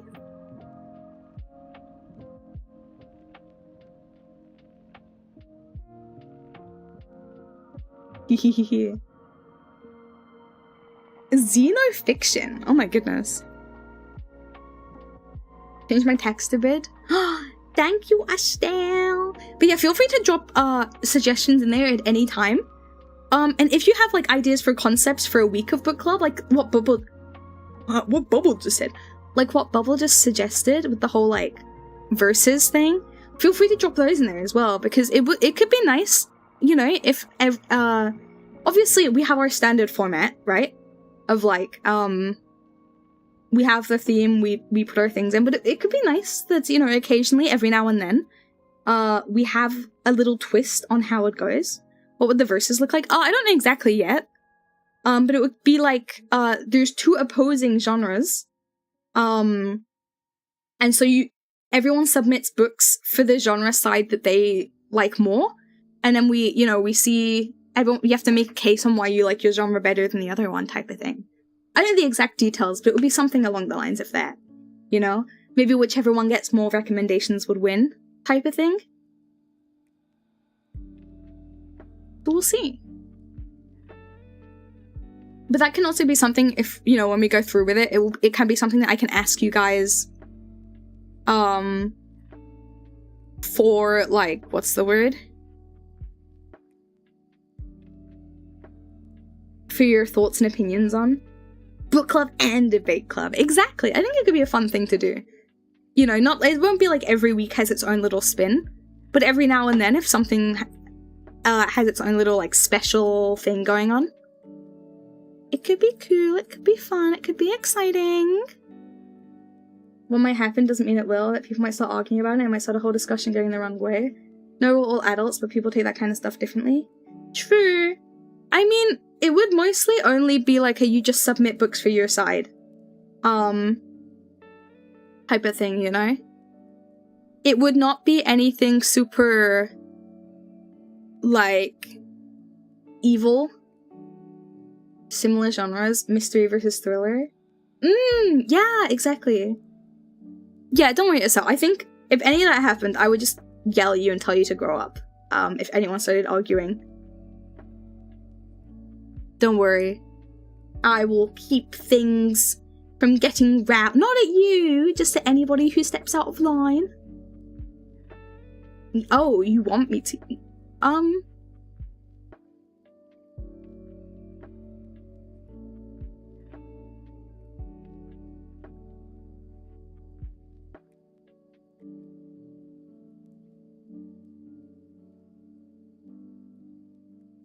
I don't want to start drama. No, I don't think it would. We're, like, everyone here in book club is very mature. I mean, we've seen our recommendations. Everyone's pretty well spoken as well, so I think it would be, like, a fun thing. Because if I did that as well, I wouldn't have you, like, literally debate each other, you know? I wouldn't be like, this is Estelle's point. Everybody contradict her now. It would be like, you submit your reasoning, and then we just share our reasoning. And the reasonings will be different from each other based on the different genres type of thing, you know? Give me back my hair! Don't worry, I would not make it so you guys are actually, like, going against each other. I think that would be kind of evil. Yeah, it's just like I like this because of this, and then Bubble could be like, I like, what was the example? I like high fantasy because XYZ, and Estelle will be like, well, I like a low fantasy because the 1, 2, 3. Yeah. This is my book, and curse at me, and throw right next to me, and grrr. Exactly. But yeah, it would not be like anything crazy like that. So, have no fear. It is okay. Nobody will get gotten. You will not kill each other. No, no, no.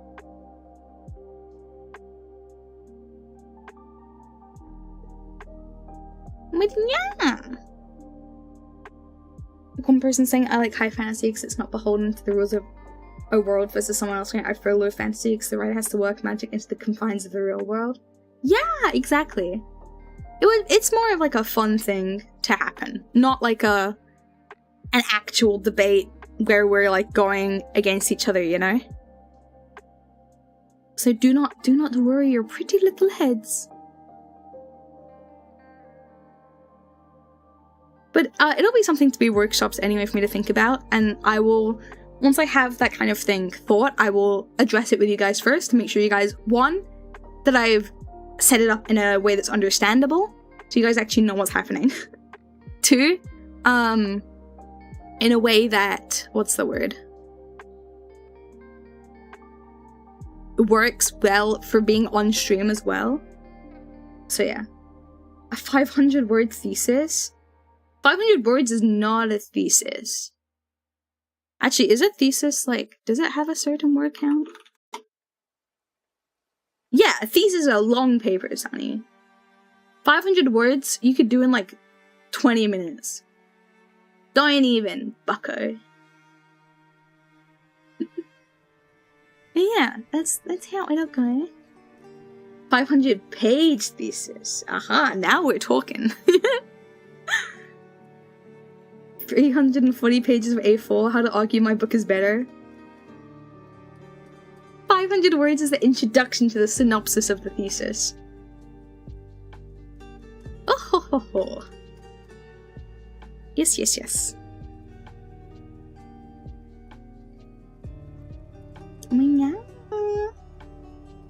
500 pages, already a book, not a thesis.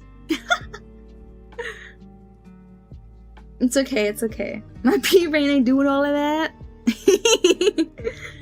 What? Come on. It's only 5,000 pages. But yeah, so like I said, the next theme will likely be non-fiction. But I will let you know in absolute certainty by Sunday, which it is, what the theme will be, but it will probably be fiction. Non-fiction, sorry, not fiction. The numbers. And then week 10, if you were here, you will know what it will be about. If you didn't, your only hint is that you might want to study up on the previous week recommendations. That's me winking at you, by the way, but you can't see because one of my eyes is covered. The font really big. No, no, no, Sonny, that's not how it works. Big assignment by Professor Trip. Oh, thank you. Yeah, now I can wink. Hehehe. I'm not a very good winker, if you could tell. But yes. We'll get it done. But for today, that's gonna be all for us. I know when I was in elementary school, we had to read a certain number of non-fiction books. I read a lot on different breeds of dogs. Ooh! You have to show your dog facts now. Okie dokie, let me set up a raid. I think Fox is doing a collab, so we'll just raid into him. He's playing Shifted to Midnight. Can I give you a fact about Jack?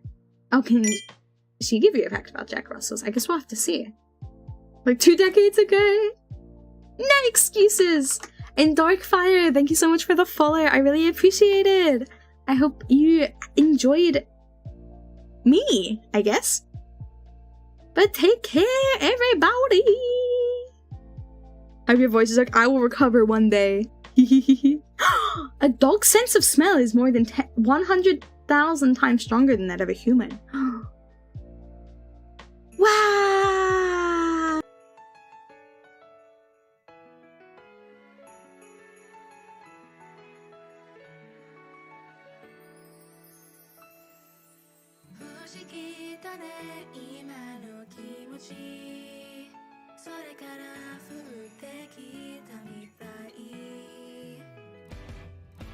特別な季節の色がときめきを見せるよ初めて出会った時から予感に騒ぐ心のメロディー止められない止まらないなぜ届けて切なさには名前をつけよう